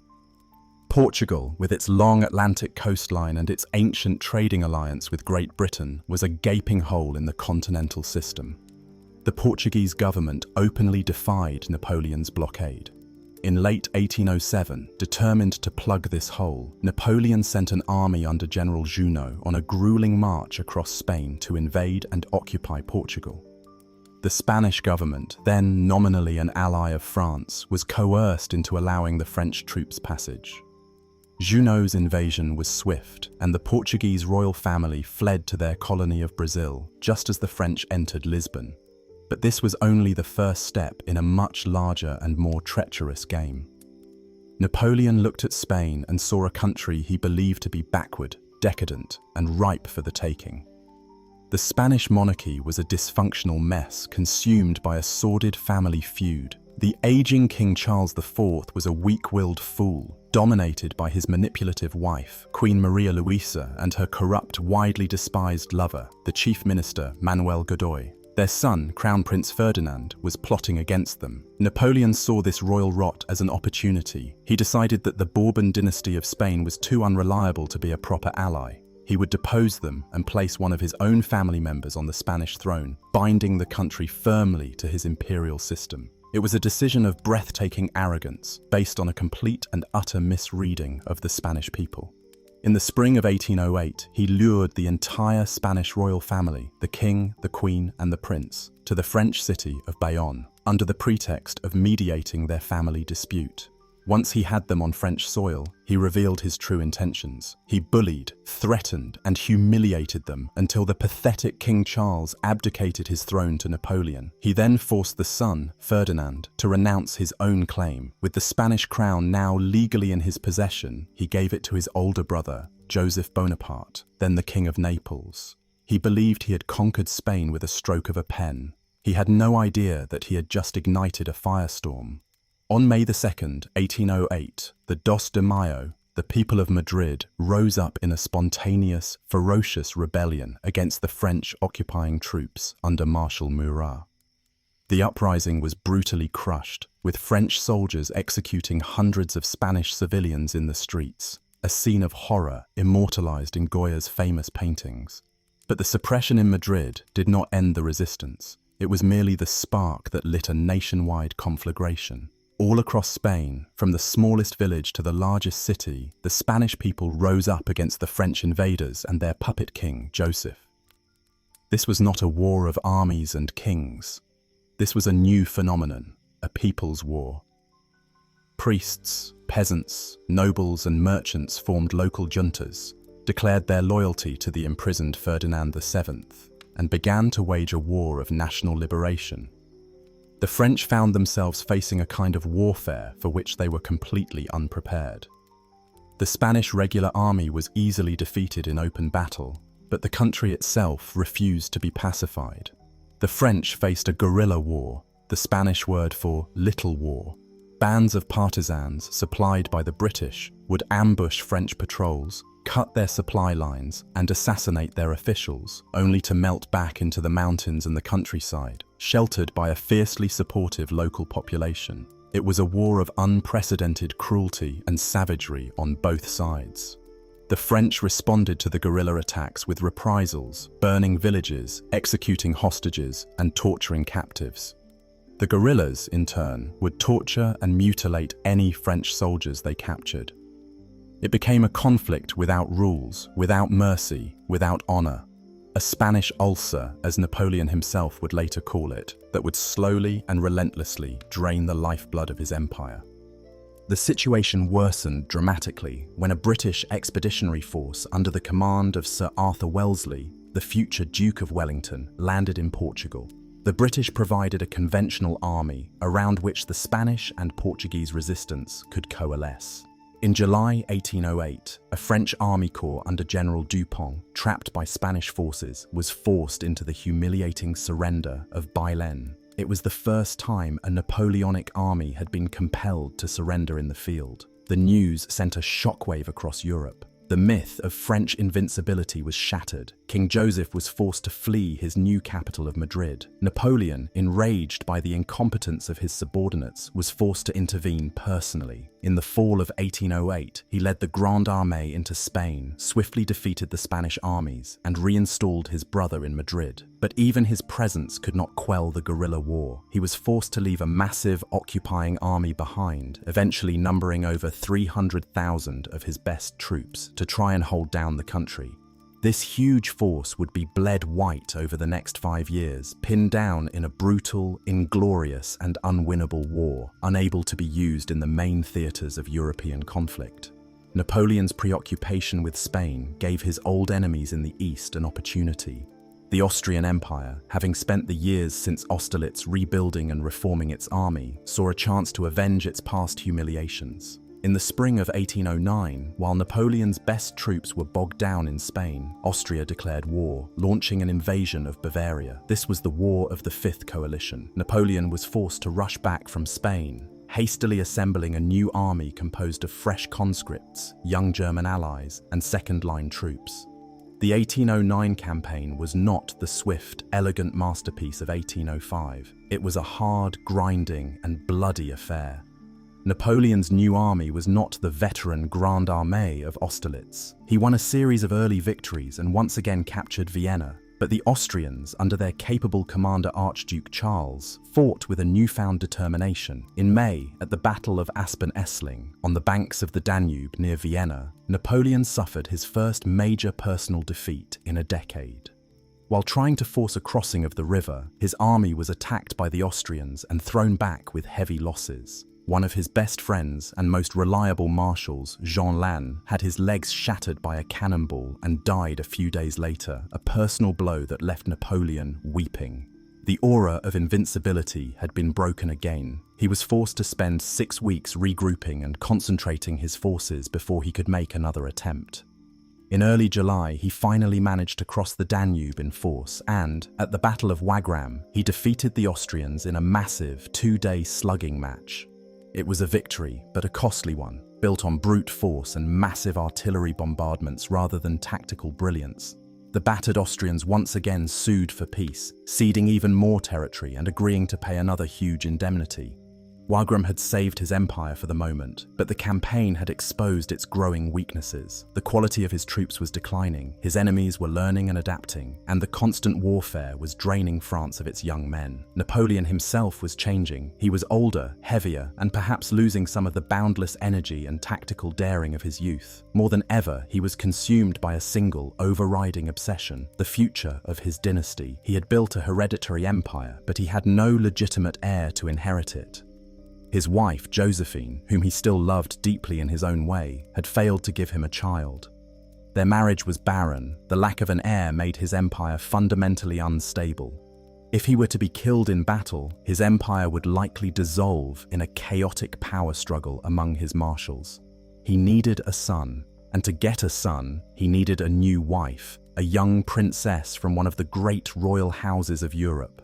A marriage into an ancient dynasty would not only provide an heir, but it would also grant his own upstart, revolutionary dynasty a veneer of legitimacy, connecting him to the established royal order.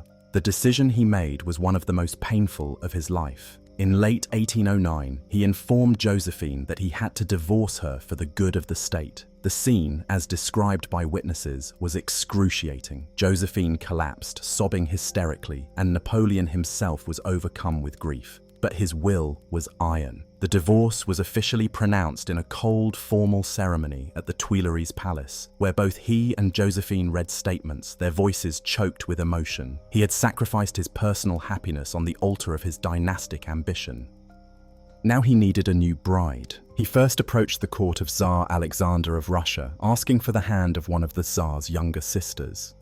But the fiercely anti-Napoleonic Russian court, led by the Dowager Empress, stalled and ultimately rebuffed him. Humiliated by the Russian refusal, Napoleon turned to his most recent enemy, Austria. He proposed to marry Marie-Louise, the 18-year-old daughter of the Austrian Emperor Francis I.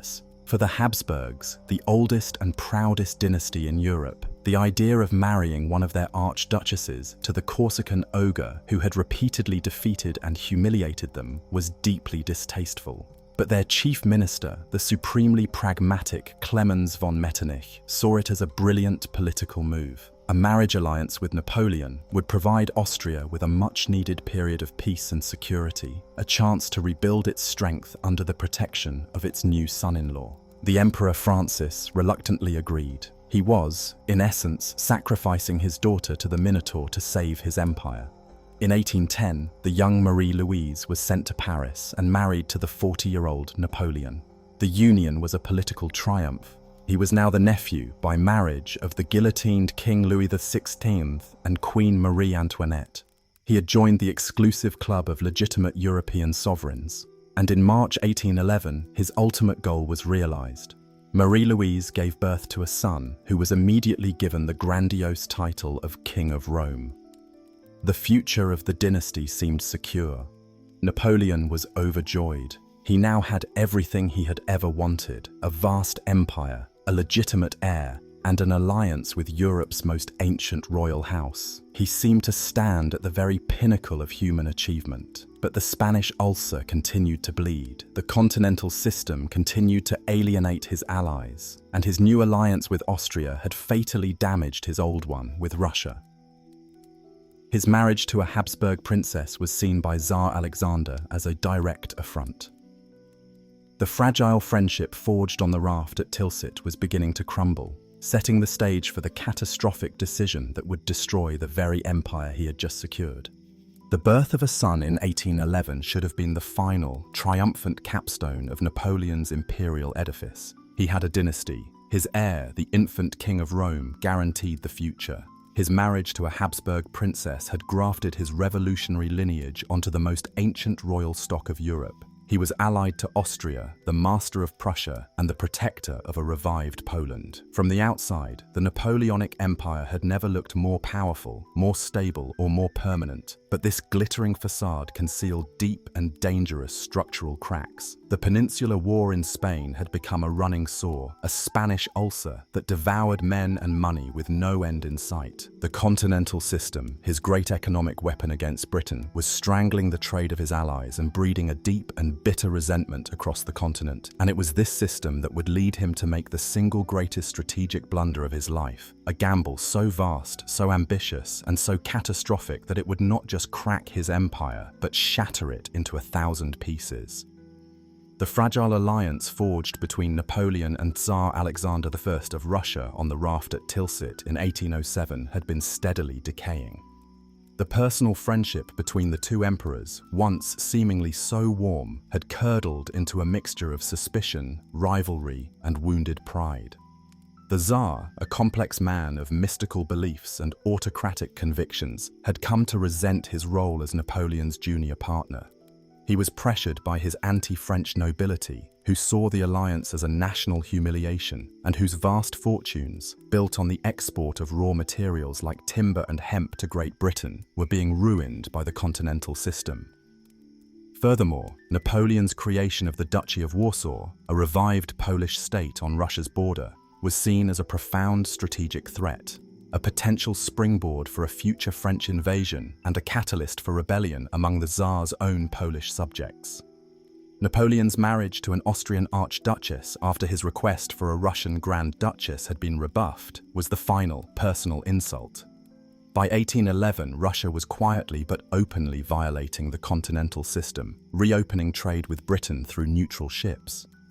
For Napoleon, this was an act of both economic treason and personal betrayal. The continental system was the cornerstone of his strategy against Britain. If Russia, a great power, was allowed to defy it, the entire system would collapse. More than that, he saw the Tsar's defiance as a direct challenge to his authority as the master of Europe. He believed that Russia was the final obstacle to his complete dominion over the continent, the last great power that refused to be a permanent satellite of his French Empire. He became obsessed with the idea that he had to teach the Tsar a lesson, to crush the Russian army, and to force St. Petersburg back into a state of total submission.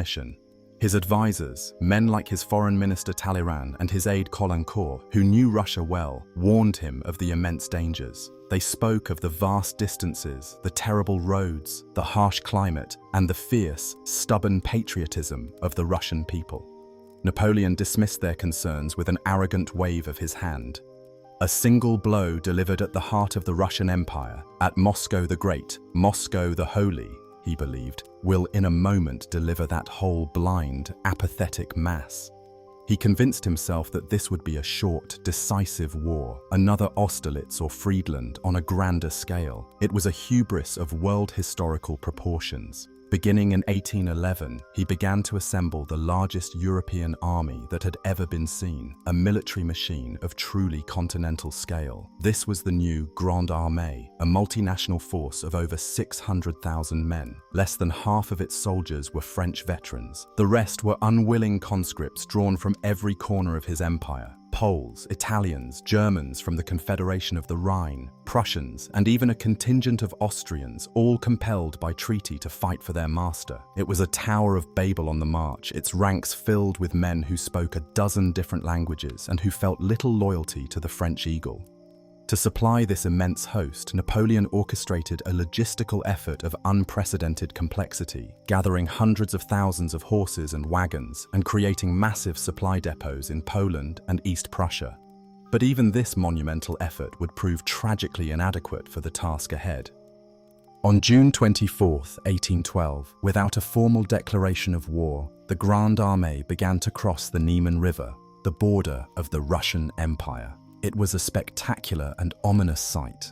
For 3 days, a seemingly endless river of men, horses, and cannons flowed across the pontoon bridges under the watchful eye of the emperor. The invasion of Russia had begun. The Russian strategy, commanded by the wily and cautious Marshal Barclay de Tolly, was one that Napoleon had never before encountered. The Russians refused to give him the decisive battle he craved. Instead of standing and fighting, they began a slow, deliberate, and systematic retreat deep into the vast emptiness of their own country. And as they retreated, they adopted a scorched earth policy, burning villages, destroying crops, and poisoning wells. They left nothing behind for the invaders to live off. Napoleon's army, which had always supplemented its supplies by foraging, found itself marching through a barren, hostile, and increasingly desolate landscape. The sheer scale of Russia began to work its insidious magic on the invading army. The roads were primitive tracks of sand and mud, making the movement of the heavy artillery and supply wagons a slow, agonizing struggle. The summer of 1812 was unusually hot and dry, and the soldiers suffered terribly from heatstroke and thirst. Disease, particularly typhus and dysentery spread by contaminated water, began to ravage the ranks. The horses, poorly fed on green rye, died by the tens of thousands, crippling the army's cavalry and its supply train. The Grande Armée was not being defeated by the Russian army. It was being consumed by Russia itself. By the time Napoleon reached the city of Smolensk in mid-August, nearly 2 months into the campaign, he had already lost over 100,000 men to disease, starvation, and desertion, all without fighting a single major battle. At Smolensk, he hoped for his decisive engagement, but after a brutal and costly assault on the city, he found that the main Russian army had once again slipped away, leaving behind only a burning ruin. The constant Russian retreats were causing deep discontent within the Russian army and at the Tsar's court. The Scythian strategy of luring the enemy deep into the homeland was seen as cowardly and un-Russian. Under immense pressure, Tsar Alexander replaced Barclay de Tolly with the old, one-eyed veteran, Prince Mikhail Kutuzov, the man who had warned against the battle at Austerlitz. Kutuzov was a wily, patient, and thoroughly Russian commander who understood that his army could not retreat forever. He knew he had to make a stand before Moscow. He chose his ground carefully on a series of low hills near the small village of Borodino, about 75 miles west of the ancient capital. On September 7, 1812, the two armies finally met. The Battle of Borodino was one of the single bloodiest days in the entire history of warfare up to that point. It was not a battle of clever maneuvers and tactical finesse like Austerlitz. It was a brutal, head-on attritional slaughter. Napoleon, uncharacteristically sluggish and suffering from a bad cold, launched a series of massive frontal assaults against the heavily fortified Russian positions, particularly the great earthen redoubt at the center of their line. The French and Russian soldiers fought with an almost suicidal courage. The great redoubt was taken and retaken several times in a storm of cannon fire and bayonet charges. The fields were so densely packed with bodies that it became difficult to move. Marshal Ney, the bravest of the brave, famously remarked that he had never seen such carnage. By the end of the day, the battlefield was a scene from hell. The French had suffered around 30,000 casualties, the Russians nearly 45,000. The Grande Armée had won a tactical victory as Kutuzov was forced to withdraw and leave the road to Moscow open. But it was a Pyrrhic victory. They had failed to destroy the Russian army, which remained intact as a fighting force. They had simply bludgeoned it backwards at a horrific cost. A week later, on September 14th, Napoleon entered Moscow. He had reached his grand objective, the Holy City. He expected to be met by a delegation of city fathers ready to surrender the keys to the city and sue for peace. Instead, he found a ghost town. The city was almost entirely deserted, its population having fled with the retreating army. That night, the fires began. Started by Russian arsonists on the orders of the city's governor, the fires spread rapidly through the largely wooden city. For 4 days, Moscow burned. The Great Fire destroyed 3/4 of the city, including the massive warehouses full of food, clothing, and supplies that Napoleon had been counting on to sustain his army through the winter. He sat in the Kremlin, surrounded by a sea of flame, watching his prize turn to ash. It was a symbolic and practical catastrophe. The capture of Moscow had not brought him victory, it had brought him to a dead end. He waited in the charred ruins of Moscow for 5 weeks, clinging to the desperate hope that the Tsar would surrender. He sent peace feelers to St. Petersburg. There was no reply. Alexander remained resolute. "Napoleon or I," the Tsar declared.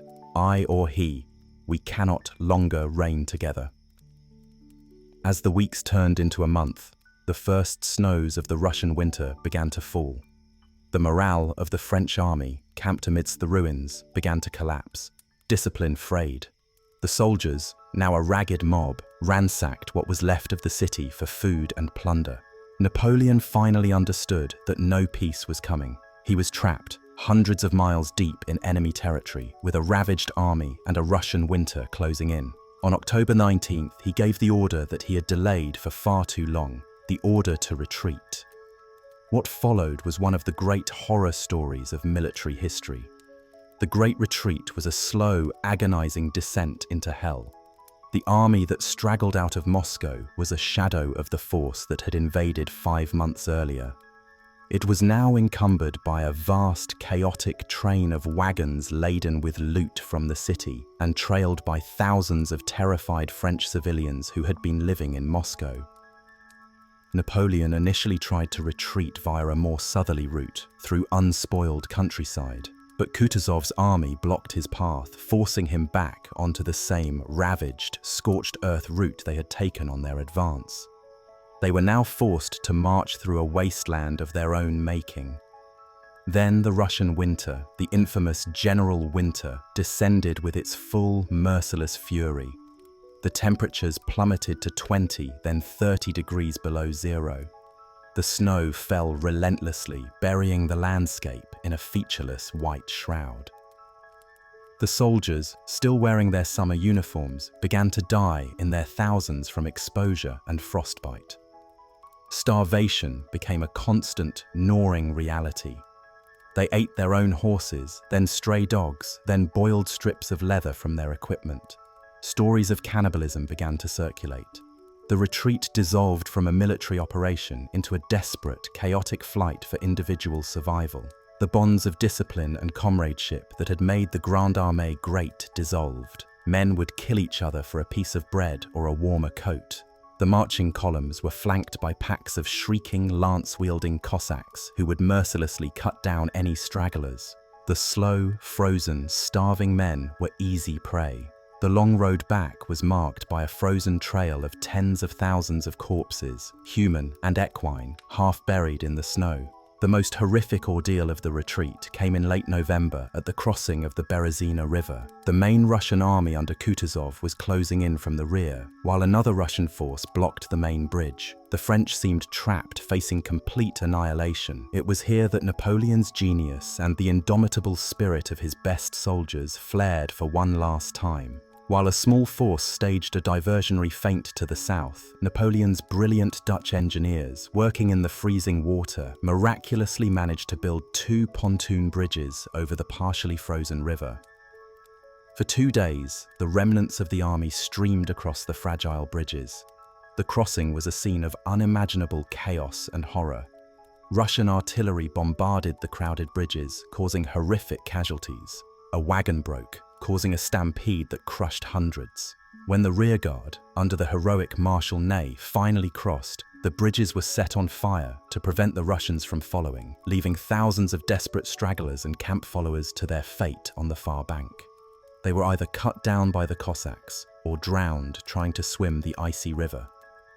The Berezina crossing saved the core of what was left of the army, but the losses were appalling. The retreat continued. On December the 5th, with the army now a mere skeleton, Napoleon did what he had done in Egypt. He abandoned his men, handing over command to Marshal Murat. He climbed into a sleigh and sped ahead, traveling incognito across Europe to reach Paris as quickly as possible. His priority was not his dying army, but the preservation of his own political power. He knew that news of the disaster would destabilize his empire, and he had to get back to raise a new army and reassert his authority. Behind him, the final, ragged remnants of the Grande Armée staggered back across the Niemen River in mid-December. Of the more than 600,000 men who had crossed that same river with such pomp and confidence just 6 months earlier, fewer than 90,000 stumbled back. Most of these were shattered, frostbitten, walking ghosts. The magnificent cavalry was gone. The artillery was lost. The veteran corps of the French infantry had been annihilated. The greatest army of the age had been completely and utterly destroyed, swallowed by the snows of Russia.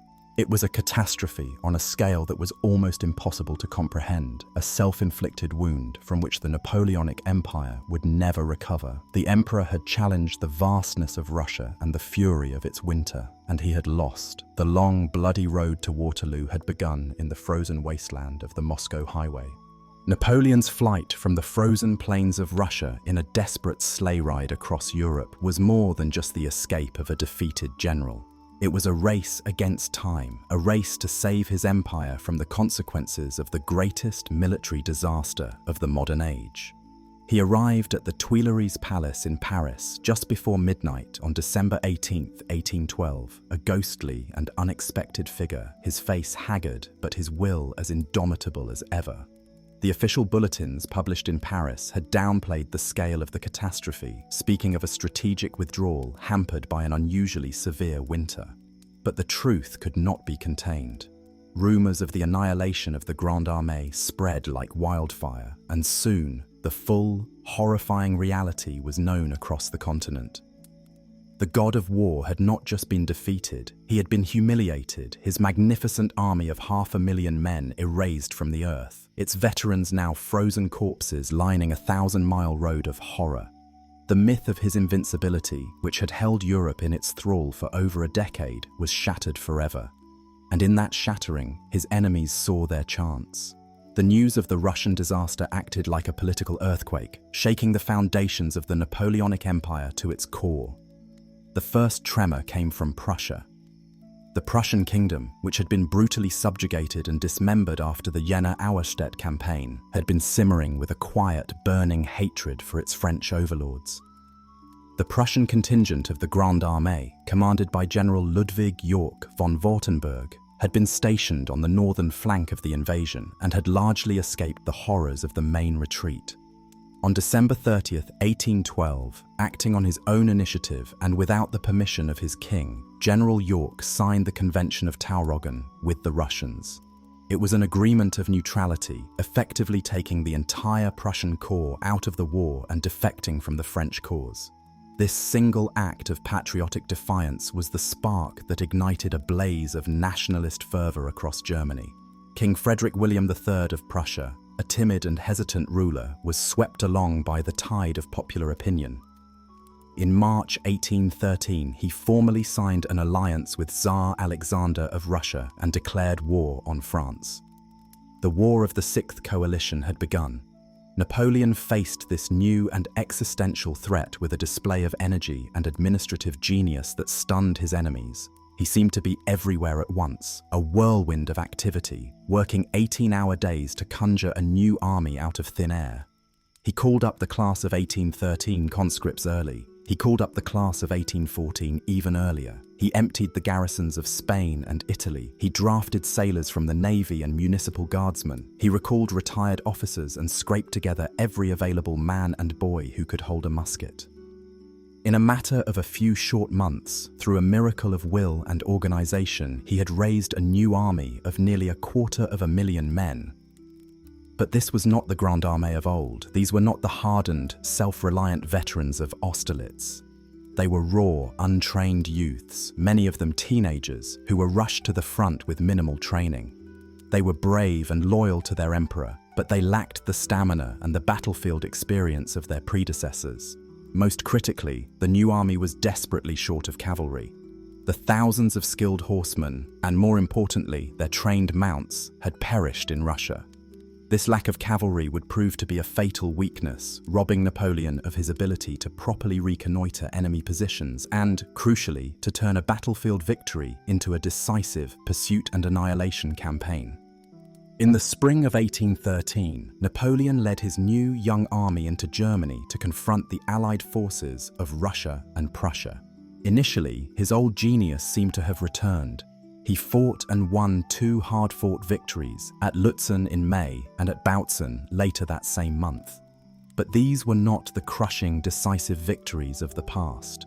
The Allies fought with a new skill and determination, and Napoleon's lack of cavalry meant he was unable to effectively pursue and destroy the defeated armies. They were able to retreat in good order, regroup, and remain a threat. The victories were costly, bloody, and strategically inconclusive. After Bautzen, Napoleon agreed to a 2-month armistice. It would prove to be another catastrophic mistake, perhaps the most fatal of his entire career. He believed the truce would give him time to further train his raw troops and bring up more cavalry. But it gave his enemies something far more valuable, time for Austria to join them. All eyes now turned to Vienna. Austria, under the masterful and duplicitous guidance of its foreign minister, Clemens von Metternich, held the balance of power. Metternich played a brilliant diplomatic game, positioning himself as an armed mediator. He offered Napoleon a peace settlement, but the terms were harsh, demanding that Napoleon relinquish much of his empire in Germany and Italy and dissolve the Duchy of Warsaw. For Napoleon, whose power was built on the perception of constant victory, such a public retreat was unthinkable. He saw the offer as an insult, a demand for his own humiliation. In a famous, stormy interview with Metternich in Dresden, Napoleon lost his temper, throwing his hat on the ground and shouting, "You are not a soldier. You do not know what goes on in the mind of a soldier. I have grown up on the field of battle, and a man such as I am cares little for the life of 1,000,000 men." It was a moment of shocking, self-defeating arrogance. He had revealed the core of his worldview, his willingness to sacrifice endless lives for his own glory. Metternich left the meeting convinced that Napoleon was beyond reason and that war was the only option. On August 12, 1813, the day after the armistice expired, Austria formally declared war on France. Sweden, subsidized by Britain, also joined the coalition. Napoleon now faced the combined might of four great powers: Russia, Prussia, Austria, and Sweden, all backed by British gold and naval power. He was catastrophically outnumbered, facing 500,000 Allied troops with his own exhausted and increasingly demoralized army. The Allies, having learned from their past defeats, adopted a new strategy, the Trachenberg Plan. They would avoid direct battle with any army commanded by Napoleon himself. Instead, they would target the armies commanded by his marshals, defeating them in detail and slowly tightening a net around the emperor. The plan worked to perfection. In the weeks that followed the resumption of hostilities, while Napoleon won a major tactical victory against an Austrian army at the Battle of Dresden, his subordinates suffered a string of disastrous defeats. Marshal Oudinot was beaten at Grossbeeren, Marshal MacDonald was routed at the Katzbach, and General Van Damme was surrounded and captured at Kulm. Marshal Ney was defeated at Dennewitz. Each defeat chipped away at Napoleon's strength and morale, while the three great Allied armies, the Army of Bohemia, Austrian, the Army of Silesia, Prussian-Russian, and the Army of the North, Swedish-Prussian-Russian, began to converge on him from three different directions. Napoleon was forced to fall back, his options narrowing, his young army bleeding away from combat, sickness, and desertion. The final decisive confrontation came in mid-October 1813, near the German city of Leipzig. What followed was the largest and most brutal battle fought in Europe before the First World War, a three-day cataclysm known to history as the Battle of the Nations. For 3 days, over 500,000 men fought a desperate, sprawling battle around the city. Napoleon, with around 190,000 troops, faced an Allied force that would eventually swell to over 350,000. On the first day, he held his own, launching furious attacks that nearly broke the Allied line. But he could not achieve a decisive breakthrough, and every casualty he suffered was irreplaceable, while the Allies were constantly being reinforced. The second day was a tense lull, with both sides licking their wounds. The third day, October 18th, was the day of doom. The Allies launched a massive, concentric assault on the French positions from all sides. Napoleon's army, composed of Frenchmen, Poles, Italians, and Germans, began to buckle under the immense pressure. The final fatal blow came not from the enemy, but from within. In the middle of the battle, the Saxon contingent of his army, one of his key German allies, suddenly switched sides, turning their cannons around and firing on their former French comrades. This betrayal caused a critical section of the French line to collapse. By nightfall, Napoleon knew the battle was lost. His army had been bled white, and their ammunition was almost exhausted. His only option was to order a retreat. The retreat from Leipzig was a disaster second only to the retreat from Moscow. There was only one main bridge over the Elster River for the entire French army to escape across. The retreat quickly became a chaotic, desperate bottleneck. The situation turned into a catastrophe when a nervous French corporal tasked with blowing up the bridge after the rearguard had crossed lit the fuses too early. The bridge exploded while thousands of French troops, including the heroic Polish contingent and several marshals, were still trapped on the far side of the river. Faced with capture, many tried to swim the river, and many, including the valiant Marshal Poniatowski, drowned. The destruction of the bridge turned a costly defeat into an unmitigated disaster. Napoleon lost over 70,000 men at Leipzig, killed, wounded, or captured. It was the decisive battle of the war. His dominion over Germany was shattered forever. The remnants of his army streamed back towards France, pursued by the triumphant Allies. The final act of the drama was to take place on the sacred soil of France itself. In the first months of 1814, the Allied armies crossed the Rhine and began the invasion of France. The nation was weary of war, its resources exhausted. The political will to resist was crumbling. Many of Napoleon's own ministers and marshals were secretly communicating with the Allies, trying to secure their own futures in the seemingly inevitable post-Napoleonic world. Yet, it was in these desperate, hopeless circumstances that Napoleon's military genius flared for one last, brilliant time. Commanding a small, vastly outnumbered army of raw conscripts and grizzled veterans, he conducted a defensive campaign of such speed, daring, and tactical brilliance that it is still studied in military academies today. He darted between the two main invading armies, the Prussians under Gebhard von Blücher and the Austrians under Karl von Schwarzenberg, who were advancing on Paris along separate routes. He used his central position and his army's superior marching speed to inflict a series of stunning defeats on isolated Allied corps at Champaubert, Montmirail, and Vauchamp. He seemed to be everywhere at once, a cornered lion fighting with a supernatural fury. For a few weeks, he had the Allies confused and terrified. Blücher called him the Old Devil, but his victories, while brilliant, were ultimately futile. He could win battles, but he could not win the war. He simply did not have enough men. For every Allied soldier his army killed or captured, 2 more seemed to take his place. While he was busy chasing Blücher in the east, the main Austrian army under Schwarzenberg continued its slow, cautious advance on Paris. The political situation in the capital was unraveling. Talleyrand, his former foreign minister, a man of supreme cunning and treachery, was secretly negotiating the surrender of the city to the Allies, convincing them that the French people wanted peace and the restoration of the Bourbon monarchy. Napoleon's own brother, Joseph, whom he had left in charge of the city's defense, lost his nerve and authorized a capitulation. On March 31, 1814, Tsar Alexander IV of Russia and King Frederick William III of Prussia rode in triumph into Paris at the head of their armies. It was the first time a foreign army had entered the French capital in centuries. When Napoleon, rushing back to save the city, heard that Paris had surrendered, he was overcome with a volcanic rage. He established his headquarters at the nearby palace of Fontainebleau and began to plan a desperate, suicidal counterattack to retake the capital. But his own marshals, the men he had raised from obscurity and showered with titles and riches, had had enough.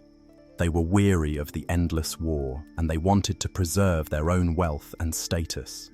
Led by Marshal Ney, they confronted Napoleon at Fontainebleau in what amounted to a revolt of the marshals. They bluntly told him that the army would not march. The war was over, and he had to face reality. Napoleon, abandoned by his generals, his government, and his people, was finally broken. He raged, he negotiated, he tried to salvage a throne for his young son, but the Allies were insistent. He had to give up all his power. On April 6, 1814, with a heavy heart and a trembling hand, Napoleon Bonaparte, the Emperor of the French, the master of Europe, signed the instrument of his unconditional abdication. In a famous, emotional scene a few days later, he bid farewell to the soldiers of his old guard in the courtyard of Fontainebleau. He kissed their eagle standard, his voice thick with emotion, before climbing into a carriage that would take him into his first exile. The Allies, in a move that was both magnanimous and remarkably foolish, granted him sovereignty over the tiny island of Elba, a minuscule island off the coast of Italy, and allowed him to retain the title of emperor. They believed they had caged the eagle. They had no idea that they had merely given him a temporary perch from which to plan his final astonishing flight. The fall from the pinnacle of earthly power to the confines of a tiny, sun-baked island was a psychological shock of almost unimaginable proportions. In April of 1814, Napoleon Bonaparte had been the Emperor of the French, the master of a continent, a man whose will had redrawn the map of Europe and humbled ancient dynasties. By May, he was an exile. His world shrunk to the 22-mile length of Elba, a rocky, insignificant island floating in the Tyrrhenian Sea between Corsica and Italy. The victorious Allied powers, in a strange mixture of condescension and residual fear, had granted him sovereignty over this miniature kingdom. He was allowed to retain the title of emperor, to keep a personal guard of a few hundred loyal veterans from his old guard, and to maintain a tiny navy consisting of a single brig.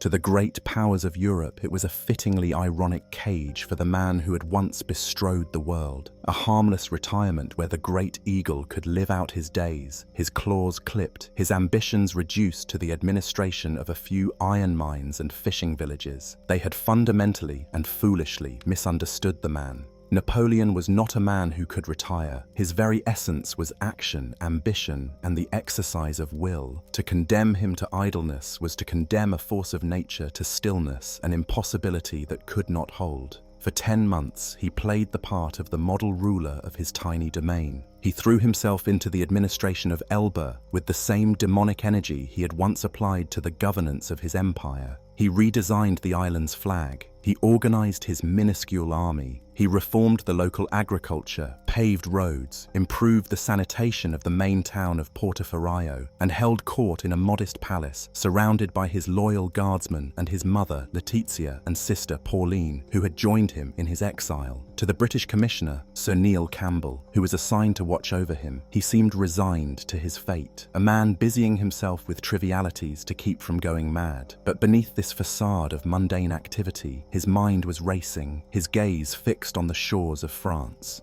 He devoured every newspaper and report from the mainland, his brilliant political mind analyzing the weaknesses of the new regime that had replaced him. The new regime was making his return possible. The restored Bourbon monarchy under the lethargic and politically clumsy King Louis XVIII, the brother of the guillotined Louis XVI, was proving deeply unpopular. The king was a symbol of the old, hated Ancien Regime. The thousands of aristocratic émigrés who returned with him behaved with an insufferable arrogance, demanding the return of their confiscated lands and treating the veterans of the Grande Armée with contempt.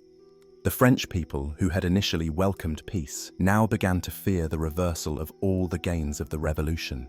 The army in particular was a powder keg of resentment. Tens of thousands of Napoleon's veteran soldiers had been dismissed on half pay, left to wander the country in poverty, their glorious tricolour flag replaced by the white banner of the Bourbons. They spoke of their exiled emperor with a fierce, almost religious devotion, referring to him as Père la Violette, Father Violet, a secret code for his promised return in the spring. They yearned for the return of the little corporal, the man who had led them to glory. Napoleon, reading the reports from his agents, sensed that the pear was ripe. He knew that the Allied powers, gathered at the fractious Congress of Vienna to haggle over the spoils of his defeated empire, were divided and complacent. The time had come for the final, most audacious gamble of his life.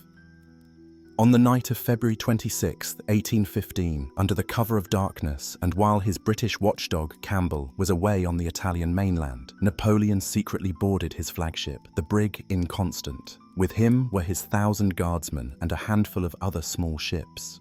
The tiny flotilla slipped out of the harbour and set sail for France. It was an act of incredible daring, a single man in a small boat setting out to reconquer an entire kingdom. He evaded the patrolling British frigates and, on March 1, 1815, he landed at Gulf Juan on the southern coast of France.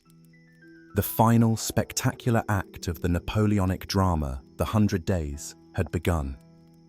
His landing was initially met with caution and fear. He began to march north towards Paris, taking the mountainous route through the Alps to avoid the heavily royalist region of Provence.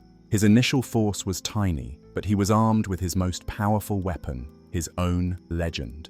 He issued a series of masterful proclamations appealing to the soldiers and the people of France. The eagle, with the national colors, will fly from steeple to steeple, right to the towers of Notre Dame, he declared.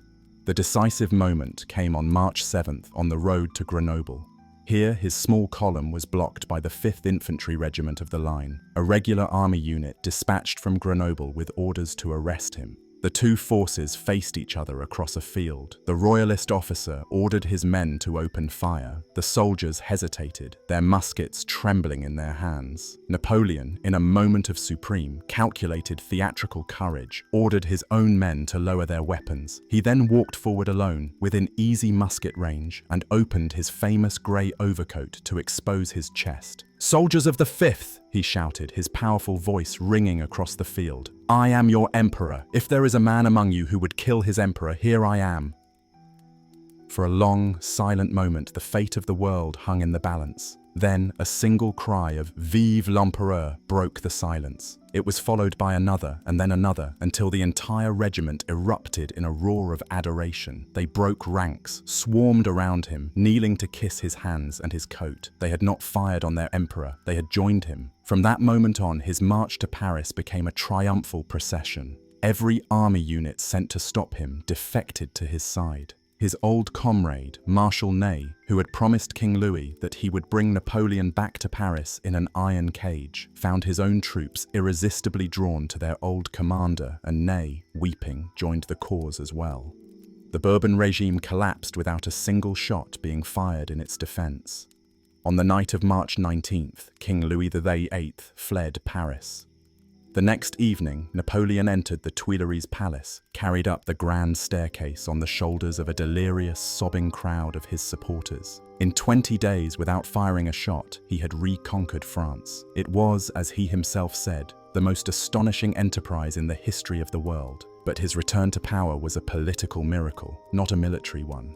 The moment the news of his escape from Elba reached the diplomats at the Congress of Vienna, their squabbling ceased. They acted with a swift and unified purpose. They immediately declared Napoleon an outlaw, an enemy and disturber of the tranquility of the world, and pledged their combined military might to his final and utter destruction. The Seventh Coalition was born, uniting Britain, Austria, Prussia, and Russia once again. They began to mobilize their armies for a massive, multi-pronged invasion of France. Napoleon knew he had no time to waste. His only hope was to strike first, to defeat the Allied armies in detail before they could all converge on him. His strategic situation was desperate. He was vastly outnumbered. The main threat came from the north in modern-day Belgium, where two Allied armies were gathering, a mixed Anglo-Dutch-German army under the command of the Duke of Wellington and a large Prussian army under the veteran Marshal Gebhard von Blücher.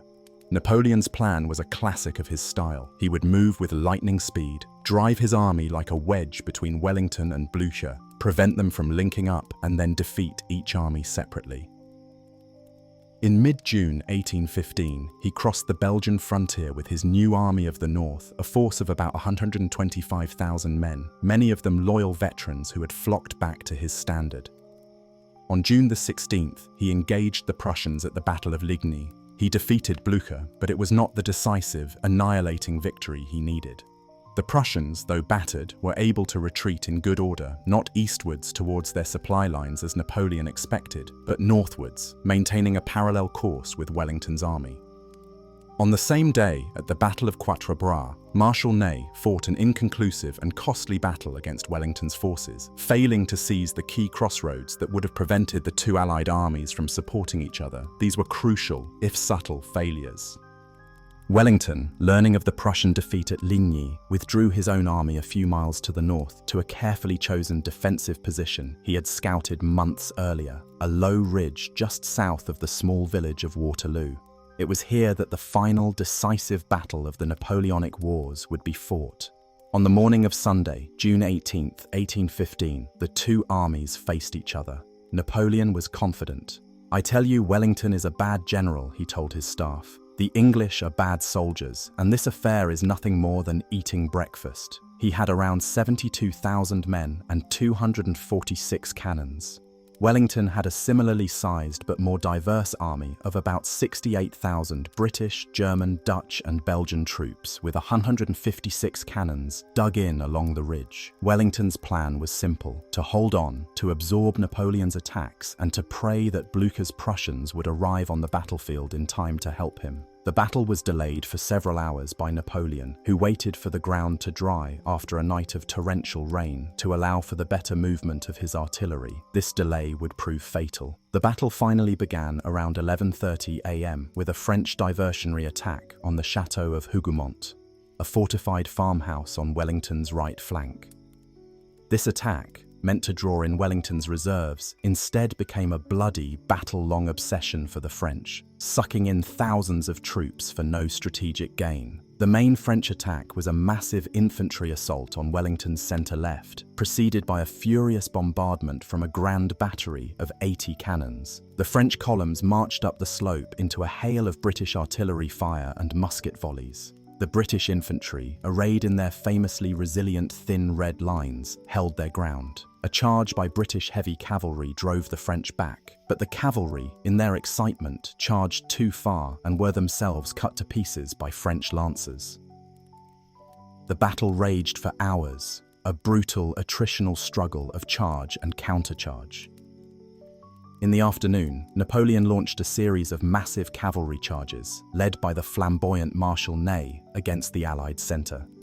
Thousands of French cuirassiers and lancers surged up the slope, a magnificent, glittering tide of men and horses.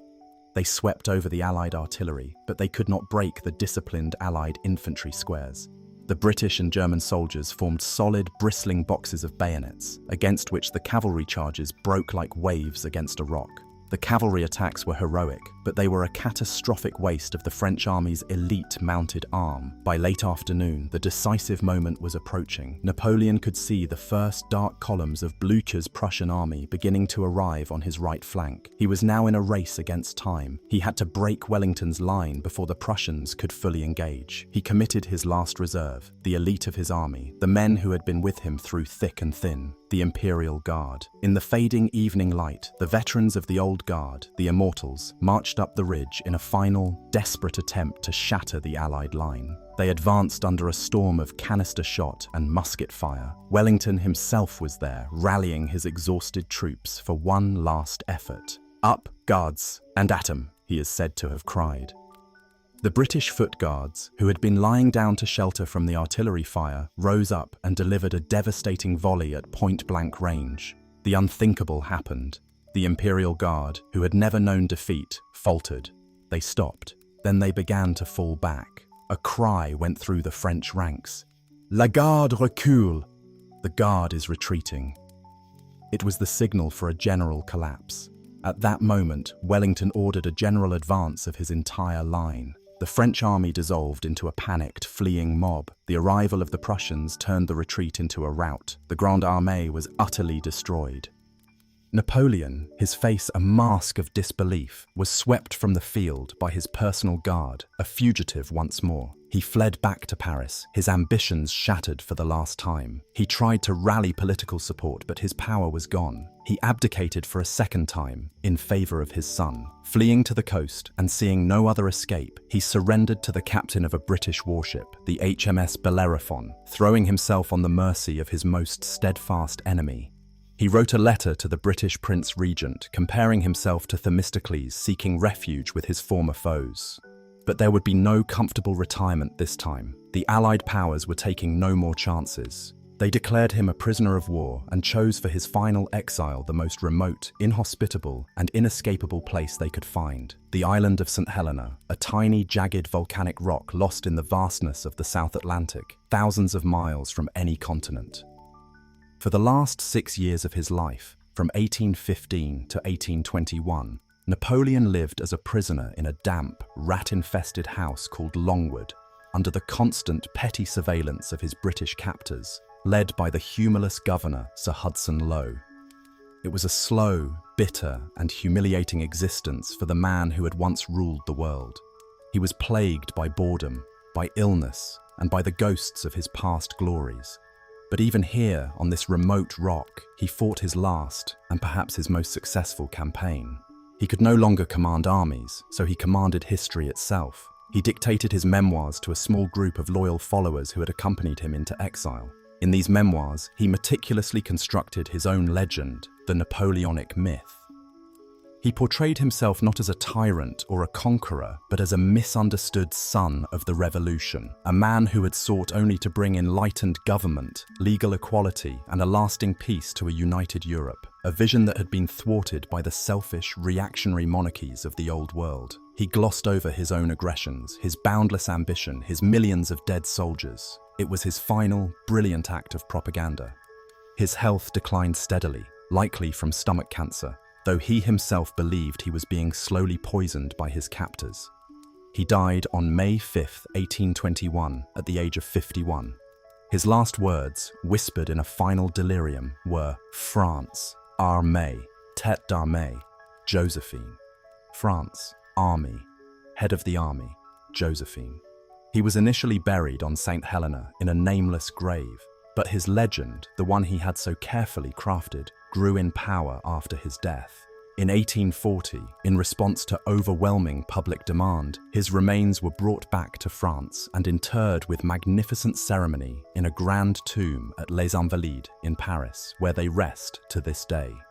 The man who had been exiled as an outlaw had returned in death as a national god. He left behind a world transformed, a continent scarred by 2 decades of almost constant warfare, and a legacy so vast, so complex, and so contradictory that it continues to fascinate and divide us. He was a liberator and a tyrant, a lawgiver and a warmonger, a genius and a gambler, a man who rose from nothing to conquer a world, only to die a prisoner on a desolate rock, forever battling for the verdict of history. We pull back from that lonely rock in the vastness of the ocean, leaving the fallen emperor to his final, silent battle with the ghosts of his own memory. The world he shattered and remade has spun on for 2 centuries, but it still bears the deep imprint of his will. The story of Napoleon is the story of a human hurricane, a man whose ambition was a force of nature. He was a paradox written in blood and law, the son of the revolution who became its master, the liberator who enslaved a continent, the bringer of order who thrived on the chaos of war. His shadow falls long across the modern age, a constant reminder of the terrifying power that resides in a single, indomitable will, and of the profound tragedy that awaits even the greatest of men when their ambition outgrows the world itself. Look around you. The laws that govern nations, the lines on the maps, the very idea of what a state can and should be, all were shaped in the crucible of his age. The story is over, but the legend is immortal, a permanent feature of our collective imagination, as grand, as brilliant, and as terrible as the man himself. Thank you for listening, and good night, sweet viewer.